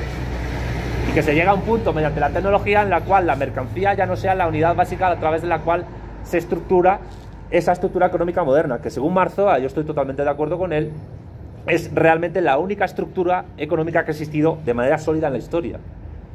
Porque, y esto, seguramente habréis oído eso de si no eres liberal no sabes de economía. ¿Cuál es la parte de verdad de esa estupidez? Porque toda estupidez tiene una parte de verdad. La parte de verdad es que la economía política como disciplina la han construido liberales, clásicos y neoclásicos sobre todo. Los austríacos son simplemente perros pequeños de presa que ladran mucho, pero que cumplen una función de asustaviejas. Pero ningún economista neoclásico se los toma en serio. Por eso el único Nobel de Economía que ha tenido la escuela austríaca es Hayek, que Hayek era el austríaco más neoclásico. Pero Mises, con su praxeología, o Rothbard, con sus idas de olla, de tomar droga, pues no va a ganar nunca un premio de economía. Y yo me acuerdo que pedían el Nobel de Economía a Rayo hace poco en redes sociales. Pero vamos, la cuestión es que hay que recuperar la idea de que la geopolítica en la cual se inserta la dialéctica de clases, estados e imperios es como una matrioska, donde elementos explotadores y explotados se dan en todas las escalas. Y de la misma manera en que hay empresas españolas que explotan a obreros mexicanos, también explotan a obreros españoles. Y también hay empresas mexicanas que explotan a obreros mexicanos y a obreros guatemaltecos, salvadoreños, etc. Así que yo os invito a que avancemos en ese tipo de reflexión más holística, más geopolítica y geohistórica, para poder llegar a un puerto no moral, sino aséptico materialista de analizar la realidad. ¿Estaba ese chico antes? Sí. Bueno, buenas tardes, me presento. Soy Héctor López, soy de la Facultad de Ciencias Políticas, en la licenciatura de Ciencias Políticas, voy en séptimo semestre. Pues bueno, felicidades por tu presentación, Santiago, igual ya tiene tiempo que te vengo siguiendo. Gracias. Y pues, por ejemplo, me gustaría hacer primero un breve comentario, y después una pregunta. Por ejemplo, en tu artículo sobre las plataformas continentales, tú pones a Puerto Rico y a Filipinas dentro de la plataforma anglosajona. Sí. Sin embargo, por ejemplo, yo ahí difiero, porque con base en tus 7 características, que es una lengua mayoritaria común, una religión mayoritaria común, un pasado imperial común, una continuidad geográfica, un sistema político común, etc., pues casi que la mayoría de las características, tanto Puerto Rico como Filipinas, se decantan más hacia la parte hispánica que hacia la parte anglosajona. Entonces, por ejemplo, Filipinas, como ustedes bien saben, pues como Estado-nación hoy en día nació a partir de la capitanía general de Filipinas, que al mismo tiempo perteneció al entonces virreinato de la Nueva España, que era, bueno, antiguo, lo que hoy es México. Pero bueno, después de la guerra hispano-estadounidense a finales del siglo XIX, pues como sabemos, tanto Cuba, Puerto Rico, Filipinas, la isla de Guam y otros territorios oceánicos hispánicos pasaron a Estados Unidos. Pero entonces sería eso, ¿no? Preguntarte por qué pones a Puerto Rico y a Filipinas dentro de la plataforma anglosajona, cuando con base en tus 7 diferentes características se decantan más por la parte hispánica que por la parte anglosajona. Entonces, Bueno. por ejemplo, nosotros tendríamos que recuperar esos territorios, y particularmente México, por ejemplo, no tenemos casi lazos históricos con Filipinas, cuando pues estuvimos juntos por más de 250 años. Por ejemplo, como tú bien lo mencionas, el Galeón de Manila, que era una ruta comercial transatlántica y transpacífica que conectaba al oriente con, ya sé que no te gusta el término, pero con occidente, ¿no? Es que para mí Occidente no existe, pero bueno, sí. Bueno, así es. Pero bueno, entonces sería eso, ¿no? Y bueno, por otro lado, me gustaría mencionar que todavía en México, aunque esto no sea políticamente correcto, pero hay que decirlo, en México todavía existe como este cierto resentimiento histórico hacia España por la caída de México Tenochtitlan. Cuando, por ejemplo, hay muchos historiadores mexicanos tipo Federico Navarrete Linares, Martín Ríos Saloma, Antonio Urbal García, Guadalupe Jiménez Codina, que establecen que en realidad la caída de México Tenochtitlan en 1521 pues hubiera sido imposible sin la colaboración y participación de los propios pueblos autóctonos mesoamericanos, como los tlaxcaltecas, los huastecas, los xochimilcas, chacras, etc., que subieron con la expedición castellana encabezada por Hernán Cortés para derrotar a los mexicas. Y bueno, por ejemplo, en la parte de España, algo que a mí me gustaría como criticar de los autores europeos y argentinos, particularmente a Marcelo Bullo, es que normalmente solamente se fijan en la parte de la antropofagia del pueblo mexica. Cuando, pues, por ejemplo, sí había sacrificios humanos, sí había antropofagia, pero no con las cifras que se dan, son cifras exageradas. Y, por ejemplo, yo les podría decir, ¿dónde dejan, por ejemplo, la astronomía mesoamericana? ¿Dónde dejan, por ejemplo, la cerámica mesoamericana? Esta visión politeísta de las distintas civilizaciones mesoamericanas, que igual ese es otro error, ¿no? Pensamos que las civilizaciones mesoamericanas pues solamente son los mexicas. Pues no, eso es un error. Y ustedes bien saben, pues el periodo prehispánico se divide en tres grandes periodos, que es el periodo preclásico, el clásico y el postclásico, que al mismo tiempo se subdividen en tardío, medio y temprano. Entonces los mexicas pues nacieron hasta el periodo postclásico tardío, pero pues antes están los toltecas, zapotecas, etc. Creo que ese es otro error, ¿no? Pero, por favor, ve cerrando tu comentario. Sí, perdón, disculpe. Sí. Pero bueno, voy a hacer mi comentario. Pero bueno, mi pregunta concreta es preguntarte qué opinas de la filosofía de la liberación de Enrique Dussel, que en este caso él propone un poco en que, por ejemplo, los territorios americanos durante el periodo virreinal no hispano, mal llamado colonial, pues fuimos colonias de España, cuando por ejemplo otros historiadores insisten en que no fue así, porque ese modelo extractivista metrópoli y colonia pues no se aplicó hasta finales del siglo XVIII con las distintas reformas borbónicas. Entonces, perdón por extenderme, pero pues preguntarte qué opinas de esta filosofía de la liberación de Enrique Dussel, que propugna que estos territorios durante este periodo virreinal no hispano también fuimos colonias. Gracias. Vale, respecto de lo primero, a ver, en geopolítica ningún territorio está fijamente adscrito a un ámbito civilizatorio determinado. De hecho, ese artículo mío de las plataformas continentales tuvo un apéndice necesario para poder explicar eso. Y te tuve que hacer una analogía precisamente con la tectónica de placas. Tectónica que además Alicia y yo sufrimos el martes cuando estuvimos aquí con el movimiento, que bueno, yo me asusté bastante, ¿no? En geología hay tres tipos de choques entre placas: el convergente, el divergente y el transformante. Y esos tipos de choques son distintos en tanto que implican una fusión, separación o convergencia distinta entre las placas precisamente tectónicas que se encuentran en la superficie de la corteza terrestre. Pues algo parecido ocurre en geopolítica, en la historia. Y esto particularmente me parece interesante para analizar los casos de Filipinas y Puerto Rico. Filipinas, que como tú bien has dicho, perteneció al virreinato de Nueva España, y que realmente los que conquistaron Filipinas y Guam fueron mexicanos, más que españoles. Si alguna vez tenéis la oportunidad de viajar a Filipinas, a Guam o a las Islas Marianas, os va a sorprender mucho la gastronomía, porque es muy parecida a la mexicana, muy parecida. Y en tradiciones y costumbres también se parecen mucho los filipinos a los mexicanos, sobre todo por la influencia del catolicismo. El tagalo y otros idiomas derivados que tienen derivaciones del español, pues también habéis que tenerlos en cuenta.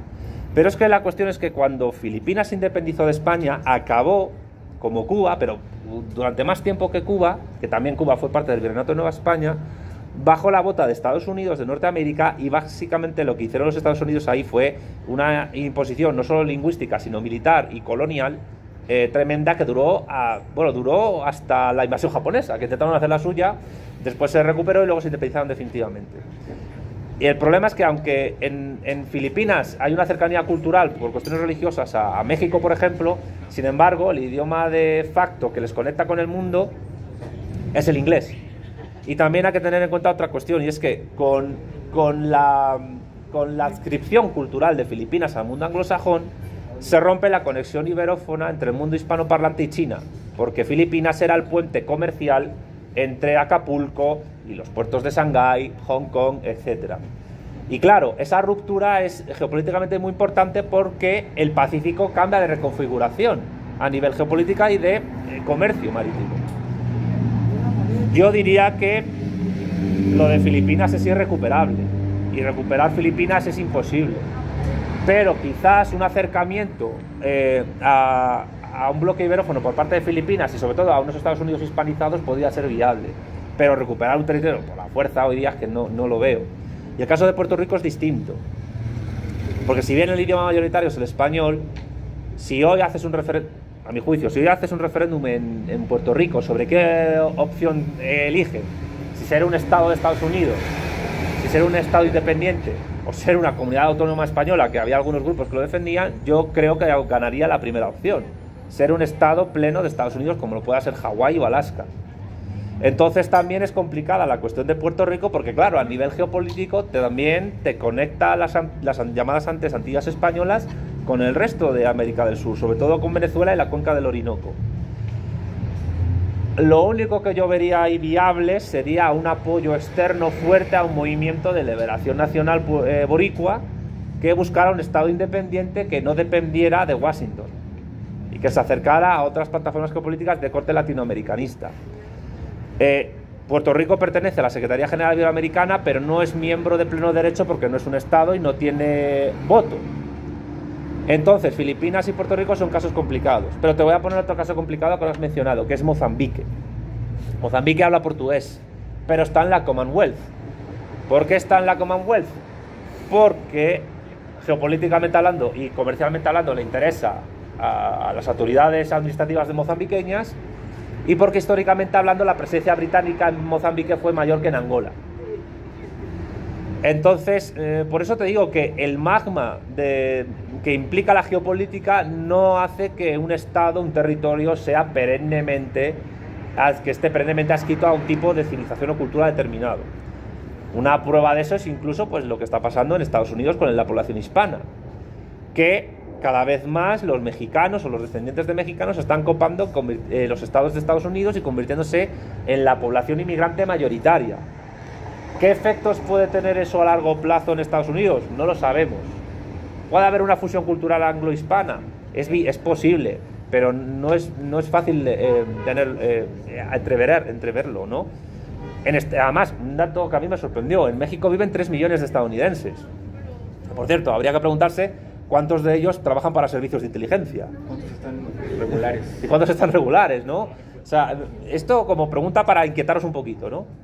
Pero bueno, creo que con eso ya te he contestado. O sea, nunca pensemos en ningún territorio soberano como atemporal, perenne en su configuración histórica, porque ninguno lo es. Toda soberanía política es necesaria, pero siempre está en equilibrio inestable con otras. El Sáhara Occidental es otra prueba. Se habla árabe y se habla español, y todavía España no ha reconocido. España se ha portado muy mal con el Sáhara Occidental, y el rey emérito se ha portado muy mal con el Sáhara Occidental porque vendió el Sáhara a cambio de tener el trono en España, y Marruecos prácticamente abusa del territorio saharaui y de los saharauis a cambio de la aquiescencia del PSOE, porque el PSOE le debe mucho a Marruecos, y no voy a decir más al respecto porque no es plan. Con respecto... Esto está grabando pero se ha parado. Un momentín. Un segundo, que hay un problema técnico.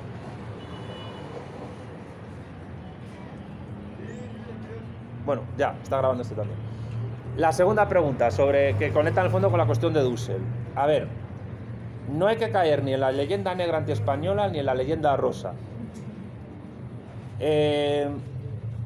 Evidentemente, la civilización mexica azteca fue tremendamente compleja y se puede explicar en sentido aséptico objetivo por qué realizaban esos sacrificios y canibalismo, y tenían esclavos también. La cuestión es que también había más pueblos por lo que es Mesoamérica. Estaban los olmecas, los teotihuacanos, etcétera. Hemos estado hace poco en el Museo Antropológico Nacional y en muchas cosas tenían muy poco en común a nivel cultural. Incluso tenían formas de ver el mundo muy distintas y contrapuestas.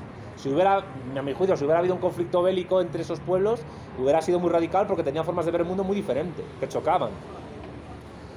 La cuestión es que yo creo que hay que ver lo que supuso la conquista española, sin caer en esos dos extremos, como un proceso histórico violento de fusión y de conformación de un nuevo tipo de sociedad, en la que se fusionan elementos precolombinos y nuevos que se exportan. La filosofía griega y el derecho romano llegan a América vía española, y al mismo tiempo pues llegan en la conexión de lo que luego fue el Virreinato de Nueva España con el resto del mundo, porque aunque la sede política de poder estaba en Madrid, el poder político, cultural, demográfico estaba en el Virreinato de Nueva España, que era realmente el centro del imperio. Y yo creo que eso es lo que creo que hay que transmitir, que el centro realmente del imperio español era el Virreinato de Nueva España y no la España ibérica, donde la cual había pobreza y también había gente explotada. Se dice desde la leyenda negra que solo fueron delincuentes españoles a América. Eso no es del todo cierto. Fueron matados de hambre, que iban a buscarse la vida y que muchos necesitaban unos permisos burocráticos que eran muy difíciles de conseguir. Y también fueron filósofos, científicos, ingenieros, etcétera, a fundar universidades, a impartir clases, etcétera, a construir caminos. Por tanto, creo que la revisión histórica de esos periodos es necesaria, pero siempre y cuando se tenga en cuenta de que lo fundamental es la proyección hacia futuro. La proyección hacia futuro, porque si no, nosotros desde España tendríamos que pedir cuentas a los italianos por la conquista romana, por el asedio de Numancia, o a los árabes musulmanes por la invasión del reino visigodo, que no era España. O sea, el reino visigodo no era España, ni el estado azteca era México. España se va construyendo después, durante la Reconquista como tal, y tiene el nombre de la provincia romana, pero ya es otro proyecto histórico completamente diferente, tanto a la provincia romana como al reino visigodo. Y del mundo árabe islámico se conservan muchas palabras y muchas tradiciones y costumbres, pero la religión en absoluto no, y aparte que la sharia es incompatible con el derecho canónico y el derecho romano.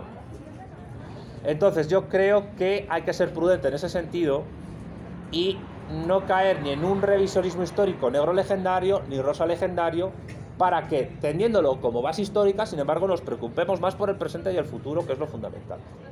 Espero haberte contestado. Vale. Compañero, Primero había... Sí. ¿Qué tal, Santiago? Soy Javier. Hola. Tengo dos preguntas. Una, planteas en la iberofonía a México y a Brasil como unos posibles centros iberófonos. Mi pregunta es, México, siendo tan alineado a los intereses de Estados Unidos, ¿no presentaría una barrera más que un avance, como es un punto de avanzadilla? Siento que a lo mejor en Sudamérica esta influencia de Estados Unidos se nota un poquito menos agresiva. A lo mejor esa es una. Y la siguiente es, nosotros como estudiantes estamos ciertamente en una condición de privilegio de estar en una universidad, tenemos acceso a este tipo de charlas que las considero de suma importancia.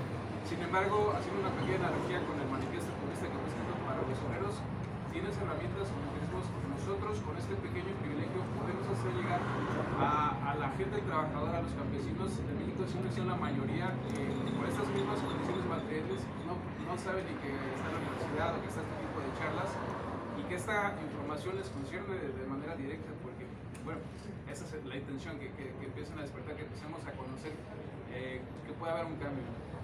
Entonces, ¿cómo podemos hacer llegar esto a esas personas? Si quieres, empiezo por el final, por la segunda pregunta. Sí. A ver, ayer dimos una charla en la Pedagógica Nacional y se presentó un chico, Rogelio, que era mecánico de motos, sin estudios universitarios, que por cierto llevaba el libro de Gullo, Madre Patria, en la mochila. O sea, es lo que se llamaba obrero ilustrado desde terminología marxista del siglo pasado. Y hizo la misma pregunta que tú. Voy a tratar de responderte con la misma respuesta. no penséis que ser universitario es un privilegio. A veces es un problema por las tonterías que os enseñan en las aulas, que son basura que viene de universidades estadounidenses a la cual vosotros os tenéis que adaptar para luego conseguir un trabajo, incluso a través de estar en la universidad, pues teniendo artículos en revistas de alto índice de impacto indexadas, donde se dicen subnormalidades woke, de izquierda indefinida, posmoderna, etc. Pero pensad que si vosotros tenéis una carrera universitaria, al igual que los estudiantes universitarios españoles, es porque vuestros padres y vuestros abuelos, que son clase obrera, se han esforzado porque vosotros estudiéis. Yo soy politólogo, tengo un doctorado en economía, tengo un postdoctorado, etc. Pero yo, junto con mi prima, que es pedagoga y enfermera, y una tía abogada que no conozco, somos los únicos miembros de nuestra familia que tenemos carrera. El resto de mi familia son clase trabajadora que se han dedicado a dejarse los huesos en hoteles, trabajando en hostelería. El problema de las universidades actualmente, en el mal llamado mundo occidental, incluyendo México, es que hay una desconexión completa y absoluta del ámbito universitario con el mundo del trabajo, con el mundo laboral. E incluso desprecio, desde la universidad al mundo del trabajo y al mundo laboral. Y es un desprecio mal entendido porque es que, joder, es que sois asalariados vosotros. Seguro que muchos de vosotros, aparte de estudiar, estáis trabajando y ganándoos la vida para poder pagaros la carrera, porque no tenéis beca, etc. Bueno, y hay gente que tiene becas porque estudia mucho y viene de un ámbito pobre. Es una gran tarea traducir este tipo de cuestiones a algo que pueda entender pues la abuelita del último pueblo de México que le reza a la Virgen de Guadalupe, por supuesto. Pero no hay que olvidar que hay que decirle a esa gente que tú puedas rezar a la Virgen del Guadalupe o que tu ayuntamiento tenga unos buenos servicios de limpieza o un lapicero en una escuela depende de la geopolítica mundial y de la situación en la cual la clase trabajadora mexicana esté con respecto a esa geopolítica mundial. O sea, que el último céntimo de peso mexicano que se use para cualquier cosa va a depender del tipo de soberanía política y de independencia económica que tenga un país. Y la tarea no es solo vuestra, sino que también recibáis influencia de los trabajadores que no tienen estudios universitarios, que son obreros cualificados y no cualificados. Y una gran tarea es que esos obreros cualificados y no cualificados dejen de votar a opciones socialliberales reformistas que les den 4 migajas a cambio de que esa gente siga en el poder. Y lo fundamental para ello es que académicamente hablando rompáis con la hegemonía anglosajona posmoderna en la universidad y que penséis que vosotros sois hijos de trabajadores y nietos de trabajadores que sin su esfuerzo vosotros no estaríais aquí. No sois privilegiados, sois producto de un esfuerzo familiar generacional enorme. Entonces, lo que tenéis que hacer es, vale, sí, seguís en la universidad, mi derecho es estudiar, pero yo me tengo que conectar con la persona que no ha estudiado en la carrera, porque yo no soy ningún privilegiado. Estudiar en la carrera, una carrera no es ningún privilegio, es una circunstancia, es una situación, y a veces es peor para poder entender el mundo tal y como funciona. A veces es un lastre. A veces te puedes encontrar, como este chico Rogelio, el motorista, el mecánico de motos, también motorista. Te puedes encontrar obreros, mecánicos, mineros, pescadores, agricultores que entienden y conciben el mundo de manera mucho mejor que tú o que yo. Y ese es el problema que tenéis en la universidad. Que parece ser que os han infundido la idea de que sois unos seres superiores solo por el hecho de tener un grado o un posgrado. Y no, somos una puta mierda, al lado de cualquier obrero. Pero estamos conectados con la clase obrera. ¿Te he contestado? Sí. Pues ya está. Vas tú, y después vas tú. ¿Estaba en el suéter? Sí, bueno, vosotros... El chico de mezclilla. Sí, tú. Bueno, soy Christopher, estudio matemáticas. Un poco más alto, por favor, si puedes. Quítate. Sí, quítate eso, que no influye, ¿sabes? Soy Christopher, estudio matemáticas aplicadas, pero mi pregunta va enfocada en esta degradación que va a tener Estados Unidos. O sea, China cada vez está siendo más productivo y más eficiente, entonces Sí. la hegemonía pues va enfocada hacia China. Entonces, mi pregunta va a ser como, ¿qué medidas tomará Estados Unidos para poder como no dejar que China tenga esta hegemonía? Me río porque sí, la respuesta es complicada. Sí. Y también, ¿qué debería o qué pasos podría México seguir de China? ¿Qué podría aprender de China?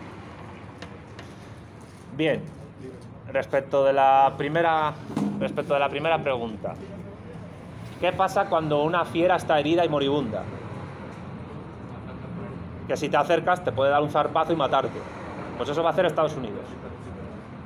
Yo estoy plenamente convencido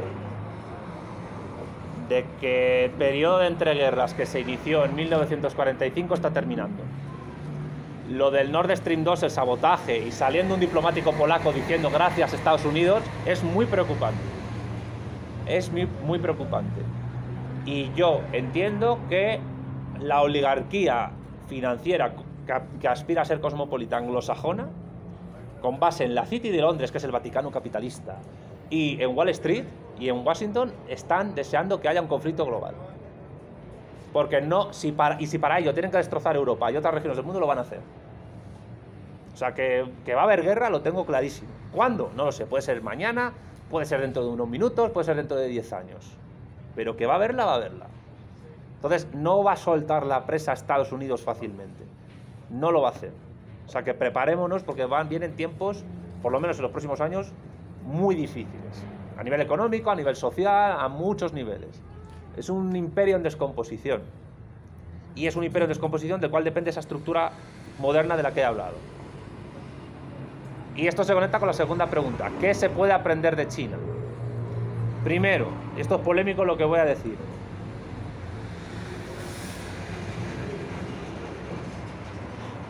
Poder planificar el desarrollo de las fuerzas productivas a la escala de lo que China lo ha hecho a décadas o a un siglo, solo se puede hacer desde un tipo de sistema político que no es democrático liberal, ni es partitocrático, en el cual los partidos funcionan a escala de 4 y 8 años o 10 de legislaturas.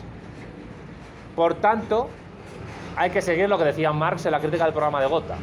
Es en la democracia liberal burguesa más avanzada donde se desarrollará la lucha final y más mortífera de la lucha de clases. La democracia liberal es una forma de Estado más.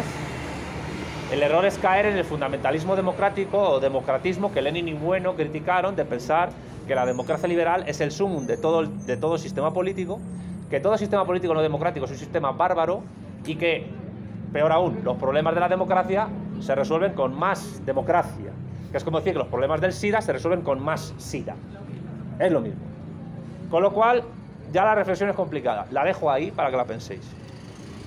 La segunda, ¿qué aprender de China? Eso, 1. Y 2, que o desarrollas todas tus fuerzas productivas a escala tecnocientífica de tal manera que iguales o superes a las grandes potencias capitalistas, o no tienes nada que hacer.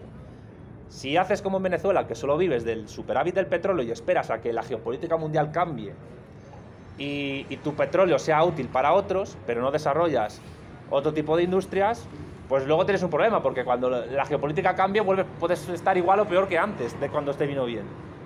Así que es eso es lo que creo que es la lección que hay que aprender de la izquierda asiática, de China. Vamos a hacer bloques ahora. Vale. Ustedes tres. Sí. Bienvenido a México. Bueno, voy a iniciar, espero que el próximo año iniciar el doctorado en Sí. Mi pregunta va enfocada a filosofía, sobre todo porque te adscribes como no miembro, pero sí como estudioso de la filosofía de Gustavo Bueno, que es un filósofo totalmente desconocido. Yo lo conocí gracias a ti y a otros youtubers, y lo he estado estudiando. Sí me quedan muchas preguntas sobre él, pero concretamente a ti me gustaría hacerte una sobre Gustavo Bueno. ¿Cuál es la diferencia entre el materialismo filosófico de Gustavo Bueno y, por ejemplo, el materialismo dialéctico que promueve el marxismo? A ver, mira. Sí. Perdón. Espera, sí, vas tú y luego va el chico de suéter. Sí. Sí, por favor, si me permite. Me fascinó la pregunta que dio sobre los universitarios, que no es un privilegio, y en ese sentido, conectándolo al tema principal del libro, Iberofonía y Socialismo, me gustaría saber cuál es su crítica, desde la perspectiva que plantea Marx en el Gundrich, de crítica, de LSTM, esta transformación ideológica y mercantil de funcionamiento del mundo, ¿no? ¿dónde queda la concepción del EZLN dentro de esta iberofonía y dentro de este socialismo que usted explica en su libro? Vale.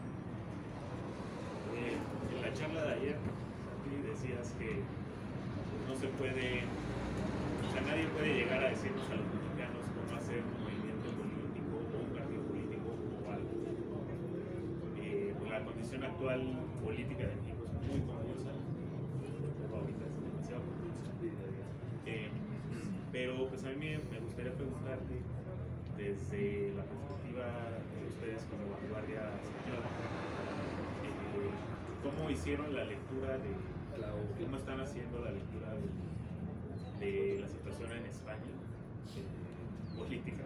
Yo sé que es muy complicado, pero pues bueno, algo, no sé, cómo están empezando a plantear el movimiento político y pues bueno, entiendo que van a incorporar pues, la economía y pues el material económico. ¿Te parece tomar otra o la dejamos para el siguiente? Como queráis. Sí. Bueno, mucho gusto, yo me llamo Marcel. Yo trabajo en la ONU, tal vez no te guste mucho. Yo soy un fiel crítico de la Agenda 2030.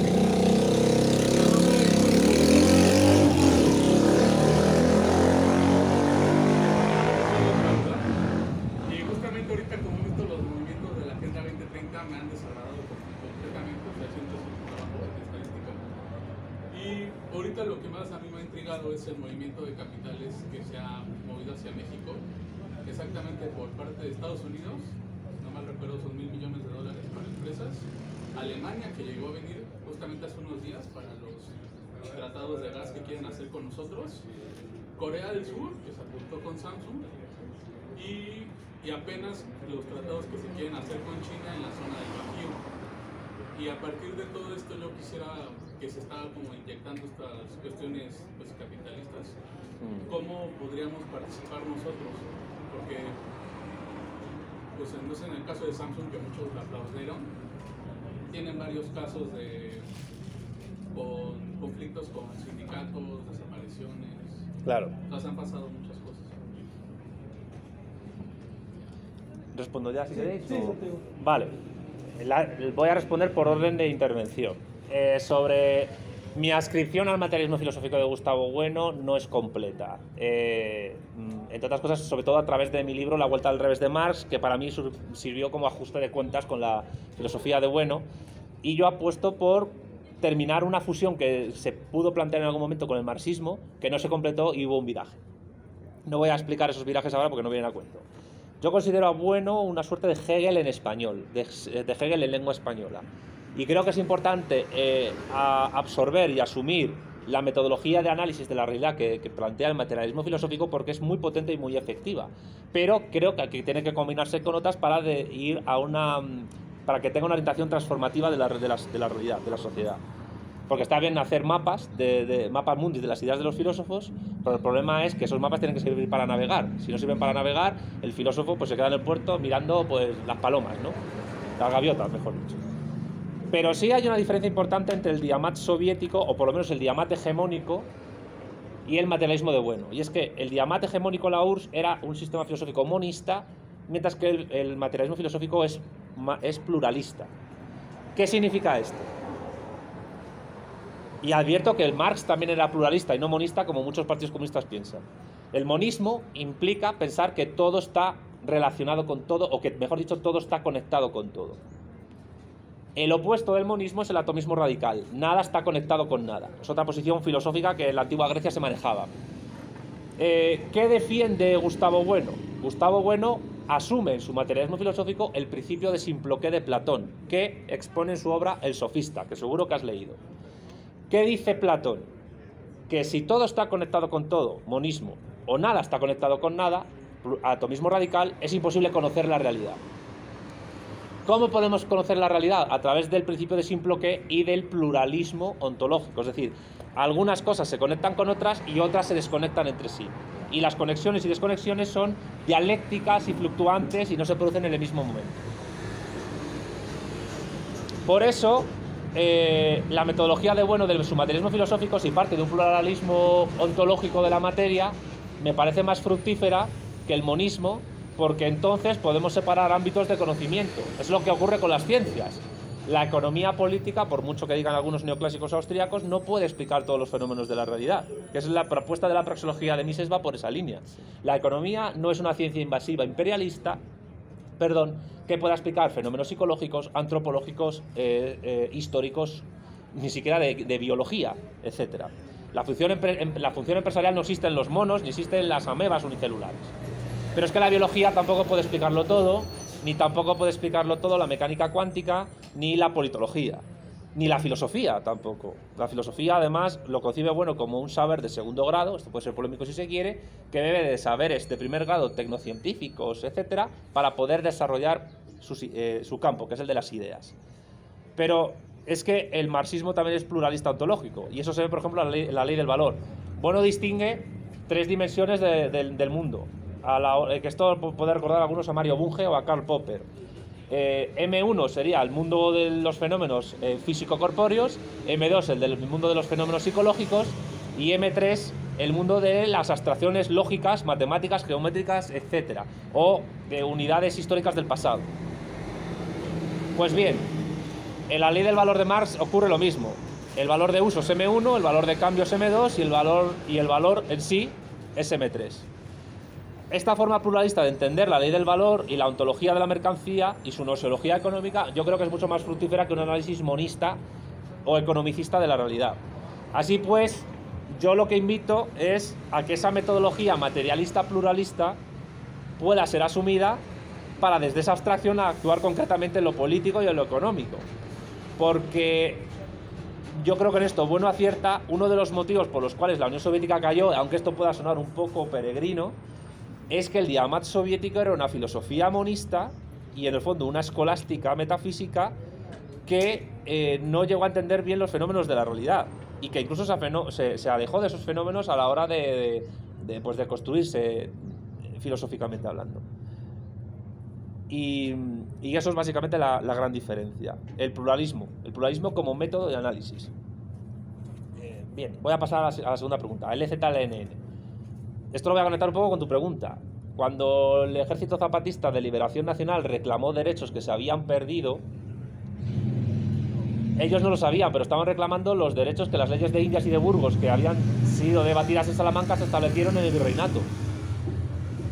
Y esto es tremendamente curioso porque esos derechos se perdieron con la independencia mexicana y después, sobre todo en el siglo XX, con la acción sobre la pérdida de tierras de los originarios de Chiapas. Pero lo que ellos estaban reclamando sin saberlo eran los derechos que ellos llamaban naturales, que fueron... Porque, a ver, yo soy materialista y los derechos naturales no existen. Todos los derechos naturales son derechos positivos que se imponen unos a otros históricamente.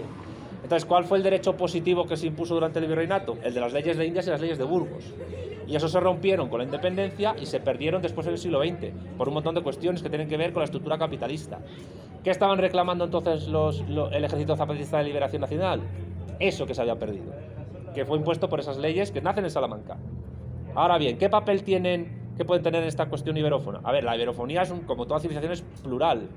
Y hay elementos, como digo, ibéricos, amerindios, africanos, de mestizaje entre esos tres, cuidado, que también hay una mixtura muy, muy potente, e incluso es capaz de absorber cosas que vienen de otros lugares del mundo sin ningún tipo de problema.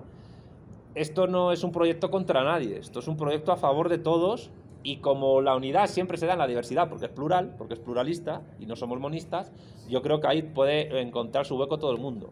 Nadie está en contra de los pueblos indígenas, quizás yo sí se puede estar en contra del indigenismo o del indianismo, en tanto que sean proyectos separatistas racistas que excluyan a unas poblaciones de otras en una nación. Porque el patrimonio de toda la nación es de toda la clase obrera, no solo de unos miembros de la misma por el hecho de que tengan una tez de piel determinada. Yo creo que te he contestado. Aunque, o sea, creo que se ha mitificado un poquito sobre el ZLN. Sí. Por ejemplo, esta frase de un mundo donde quepamos todos para vivir. Ellos dicen, nosotros hacemos nuestra revolución, ¿no? Ustedes hagan la suya. Y entre todos hacemos una entre todos, ¿no? Una lucha donde se respetan todas las luchas. Claro, lo que pasa es que si hay una revolución en México, no puede haber dos. Entonces, si hay dos revoluciones o tres, ya tienes ahí una guerra civil constante y eso parece más un estado fallido del África subsahariana que una revolución seria. O sea, quiero decirte, en la guerra civil rusa había proyectos políticos enfrentados, que los bolcheviques contra los mencheviques, los eseristas, los socialrevolucionarios, Néstor Magno y sus anarquistas, luego los locos de los blancos en Siberia. Quiero decir, al final tienes que unificar, porque si solo haces, porque la idea es no multiplicar entes sin necesidad. Y si hay una revolución en México tiene que ser una, dirigida por solo una organización disciplinada y que tenga un plan y programas concretos. Si eso choca con los zapatistas, pues habrá que ganárselos, pero no puede haber dos revoluciones en una misma sociedad política. Esto es como la frase que decía pues, a Alejandro Magno: así como no caben dos soles en el cielo, no caben en la tierra Alejandro y Darío. Así que yo creo que hay que enfocarlo de esa manera. Bien, España, situación política, pues es la pregunta más difícil que me han hecho. y si tengo que responderla, pues entonces no vuelvo a España el viernes. Es una situación complicada en la que se da un proceso cada vez más atenuado de descomposición y disolución de la unidad de España en la Unión Europea.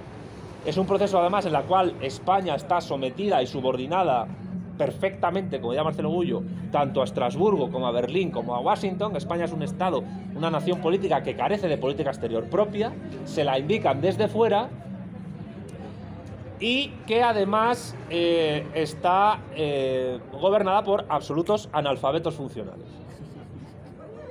Y yo directamente te lo digo, o sea, analfabetos funcionales. Pedro Sánchez es un analfabeto funcional.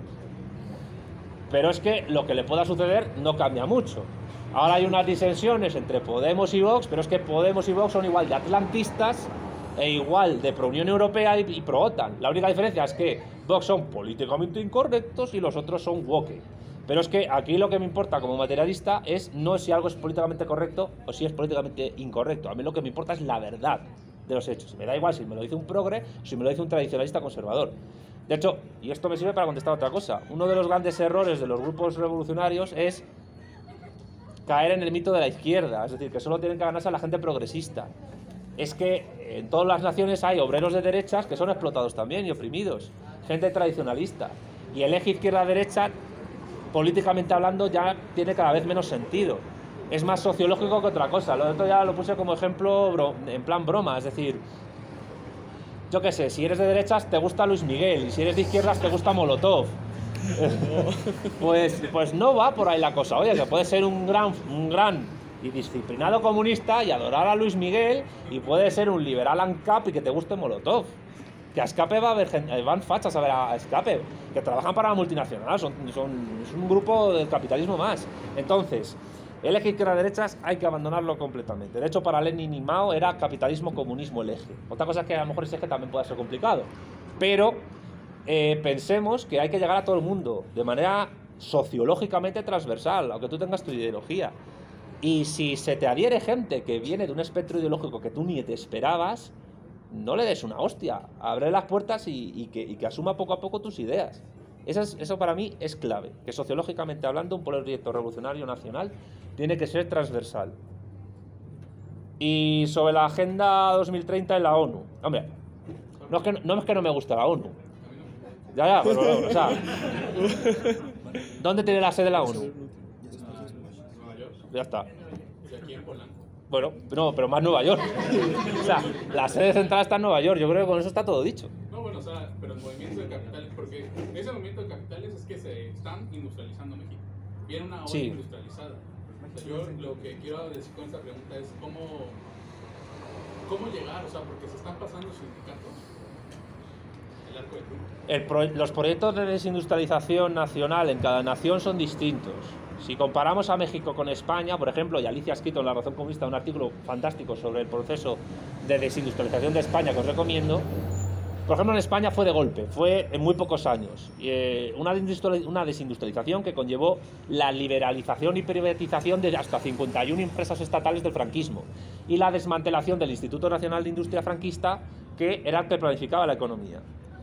Una revolución obrera sensata lo que hubiera hecho es tomar el poder de esas industrias y de ese instituto para la planificación socialista de la economía, no desmantelarlo, que es lo que hizo el PSOE. En México el proceso es más lento, más pausado, más ampliado en el tiempo, pero se da. Y de una manera, digamos, pues eso, que a lo mejor en vez de estar en 4 o 5 años es en 40 o 50.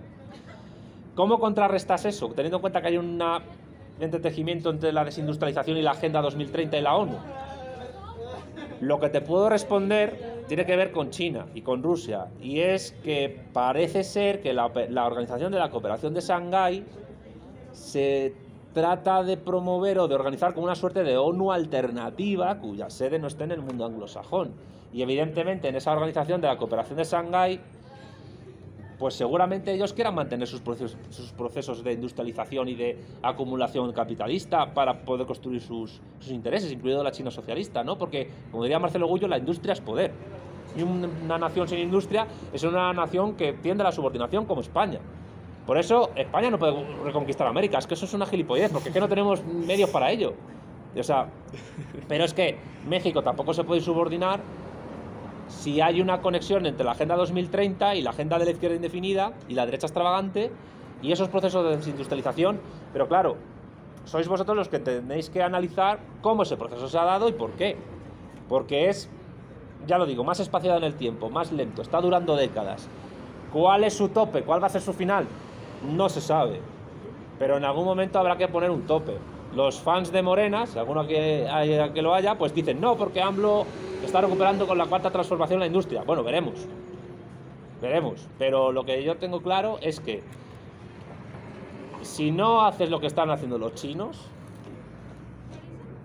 soberanía política, independencia económica, industria, tecnociencia y proyectos geopolíticos a escala civilizatoria global, no eres nada. Creo que con eso te he contestado. Sí. Vale. Vamos a abrir un último bloque. Ustedes, estos cuatro. Ya.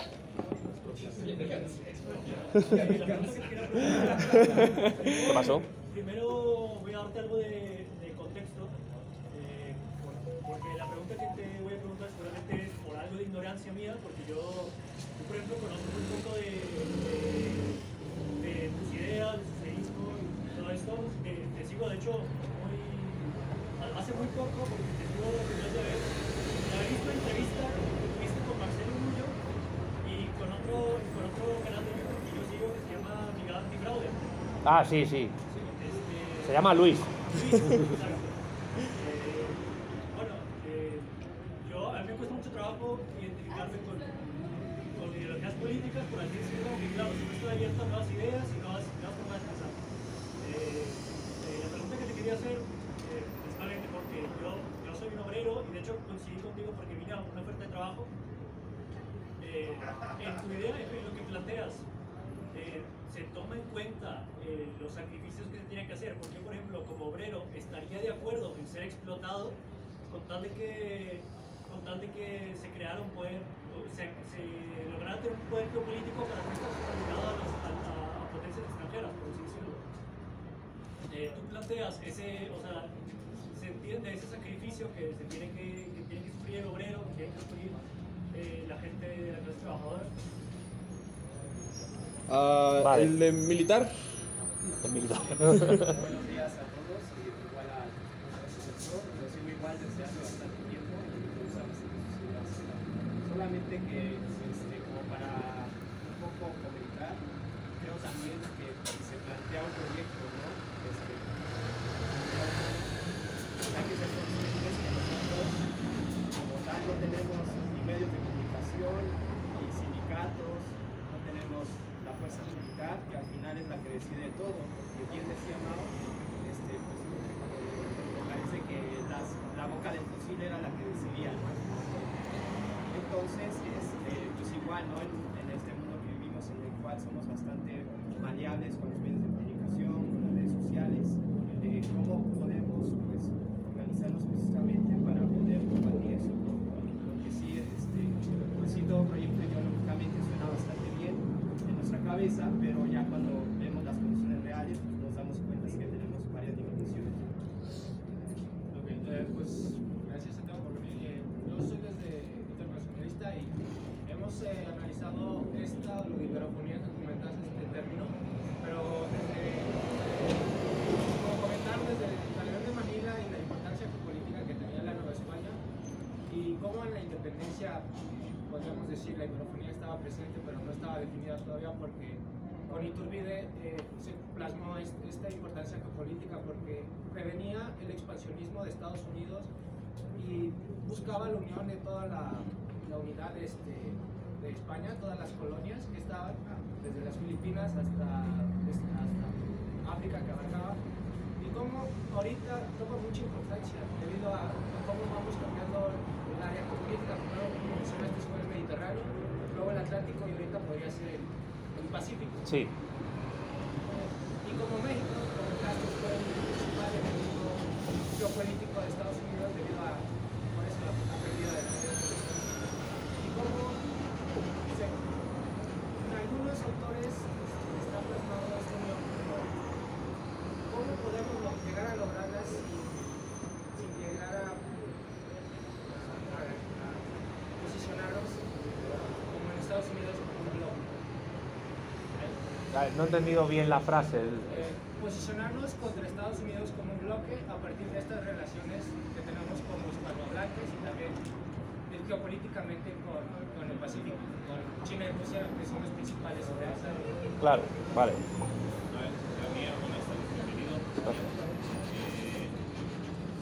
el proyecto de liberofonía, ¿cómo se podría interconectar con la teoría de la subordinación fundante o con, como le llamaba Hayón Chang, tirar la escalera? A mí me gustaría tomarme la libertad de hacerte otra pregunta, Santiago. Vale. Yo he visto que tú niegas que haya como una suerte de teleología o escatología en el marxismo, y me gustaría que nos explicaras por qué. Vale. Vale, pues igual que antes en la primera ronda, contesto por orden. Evidentemente, un obrero puede ser explotado en un proceso de insubordinación capitalista. Eso ocurrió con la Alemania del siglo XIX, con el proceso de unificación de Bismarck, ocurrió con Estados Unidos de Norteamérica cuando se siguieron las líneas de Alexander Hamilton para no depender de la exportación de materias primas al Imperio Británico y Estados Unidos por poder independizarse por segunda vez de Inglaterra, que conllevó una guerra de secesión porque el sur era partidario de seguir exportando algodón mientras que el norte quería industrializarse, y también ocurrió pues en Japón, en Corea del Sur, etc. La cuestión es que, bueno, claro que puede haber una insubordinación capitalista, pero es que una insubordinación fundante, y esto me permite conectarlo con la octava pregunta que plantea Marcelo Gullo, no es más que el proceso de acumulación originaria capitalista que permite a un Estado desarrollar sus fuerzas productivas y convertirse en una potencia industrial capitalista. Lo que ocurre es que también hay insubordinaciones socialistas. La primera conocida es la Unión Soviética y la segunda la República Popular China.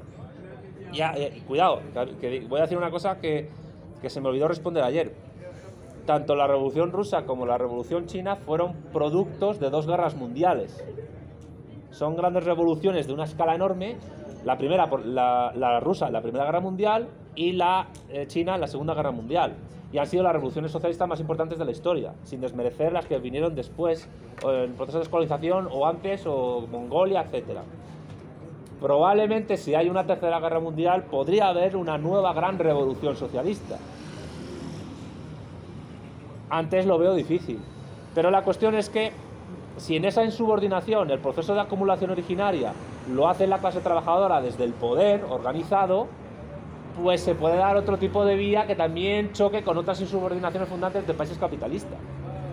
Y ahí entonces tú pasas de ser explotado a dueño de lo que tú produzcas, junto con otros, a nivel colectivo. Y ahí está la gran diferencia. Es decir, ¿es mejor una insubordinación fundante capitalista que un anarcocapitalismo cosmopolita? Sí. ¿Es insuficiente? A mi juicio, también. Por eso creo que Marcelo no analizó las insubordinaciones soviética y China popular, y la tarea pendiente es analizarlas. Él por falta de tiempo no lo hizo, pero creo que eso hay que hacer porque la insubordinación puede ser también socialista. Espero haberte contestado con ello. La cuestión de los medios sindicatos es una muy buena pregunta. Medios de comunicación, se supone que te estás refiriendo a ello. Televisión, prensa, internet, redes sociales. Hombre, la puerta que abre Diego Rutzarin con lo que está haciendo, pues es muy, muy importante, porque su idea, por ejemplo, es que en México y en otras naciones se haga pues lo que hacen los anglosajones con sus intelectuales, con Jordan Peterson, con Yiannopoulos y todos estos, que la gente paga por verles hablar como si fuesen estrellas de rock. Bueno, yo no soy una estrella de rock, yo, como decimos en Salamanca, soy uno paí, soy uno más. Pero creo que es fundamental fomentar la filosofía materialista y las ideas mediante ese tipo de formato. Porque puedes llegar a gente de una manera que de otra manera no puedes llegar. Y YouTube es una herramienta más. Ahora, ¿es insuficiente? Sí, porque se requiere más control. Dentro de lo que es un proceso de insubordinación fundante, si utilizamos los términos de Marcelo Bullo, que además es amigo mío y mentor mío, él es peronista, yo no, pero aprendo mucho de los peronistas gracias a él, es que quizás ahora estamos en la fase de lo que Marcelo llama insubordinación ideológico-cultural, antes que propiamente política, aunque van entretejidas, no sé, la acción política está ahí, pero las vanguardias que nosotros proponemos ahora mismo, lo perentorio es, nuestra cosa es más difícil porque implica construir una doctrina in medias res, como dirían los latinos, los de verdad, los del Lacio, al mismo tiempo que estás desarrollando una praxis política. Y construir una doctrina al mismo tiempo hacer una praxis política es complicado, pero creemos que es así necesario porque la cartografía de la situación que se necesita requiere una adaptación doctrinal a la nueva realidad existente hoy. Y evidentemente esa insubordinación ideológico-cultural que requiere una construcción doctrinal nueva, partiendo de cosas que ya existen, pues requiere acción política, acción sindical, acción estudiantil, estar en el campo, y etcétera. Entonces la combinación es la clave. Y si en esa combinación clave miras un canal de YouTube, la televisión, sobre finalidad y teleología, en términos filosóficos son a nivel ontológico muy importantes. Porque en la teleología hay una especie como de la idea de teleología, digo, hay una especie como de recorrido lineal, inevitable, fatalista incluso, que te lleva a un fin determinado independientemente de lo que tú hagas. Uno de los grandes problemas que han tenido los movimientos comunistas del siglo pasado es pensar que el comunismo, como si fuese el milenarismo o la nueva era de Acuario, llegaría sí o sí, y que cualquier tipo de sacrificio que se hiciera, pues bueno, pues que mandamos gente al gulag, no pasa nada, el comunismo llegará. Que no planificamos bien la producción porque nos centramos en producir mucho acero que se acumula, pero luego en bienes de consumo primario no hacemos las cosas bien y nos quedamos distanciados en bienes de consumo de la cesta primaria de la clase obrera, no pasa nada, el comunismo va a llegar. Ese es un error. Ningún modo de producción se sucede de manera inevitable. Y la clave está en el propio manifiesto comunista, en el cual Marx y Engels advierten que el resultado puede ser o la revolución obrera o, textualmente dicen, el hundimiento de las clases beligerantes. Es decir, lo que Marzoa, y yo lo plasmo en el libro de Iberofonía y Socialismo, dice: o se da una revolución comunista y por tanto una conservación revolucionaria de lo mejor del capitalismo, que es el desarrollo tecnocientífico y la universalización de derecho que los Estados-nación se ha dado, o podemos derivar a un nihilismo abstracto que es básicamente posmodernidad y anarcocapitalismo. O sea, Mad Max, Somalia, pero todo queer. Es decir, eso sería. La cuestión es, para evitar eso, para evitar el hundimiento de las clases beligerantes que se dio con la caída del Imperio Romano Occidental, cuando los amos y los esclavos se convirtieron en siervos de la gleba y señores feudales, y por tanto hubo un hundimiento de las clases beligerantes en el Imperio Romano Occidental, para evitar eso hay que realizar una planificación consciente, tecnocientífica, de una nueva estructura económica postcapitalista.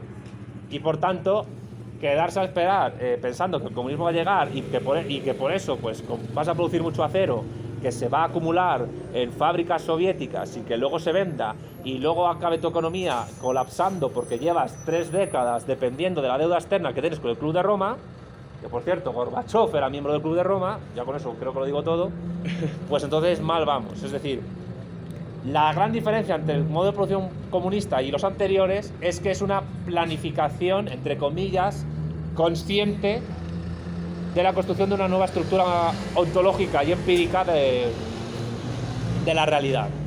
Y aquí voy a utilizar un término dusseliano, no posmoderna sino transmoderna.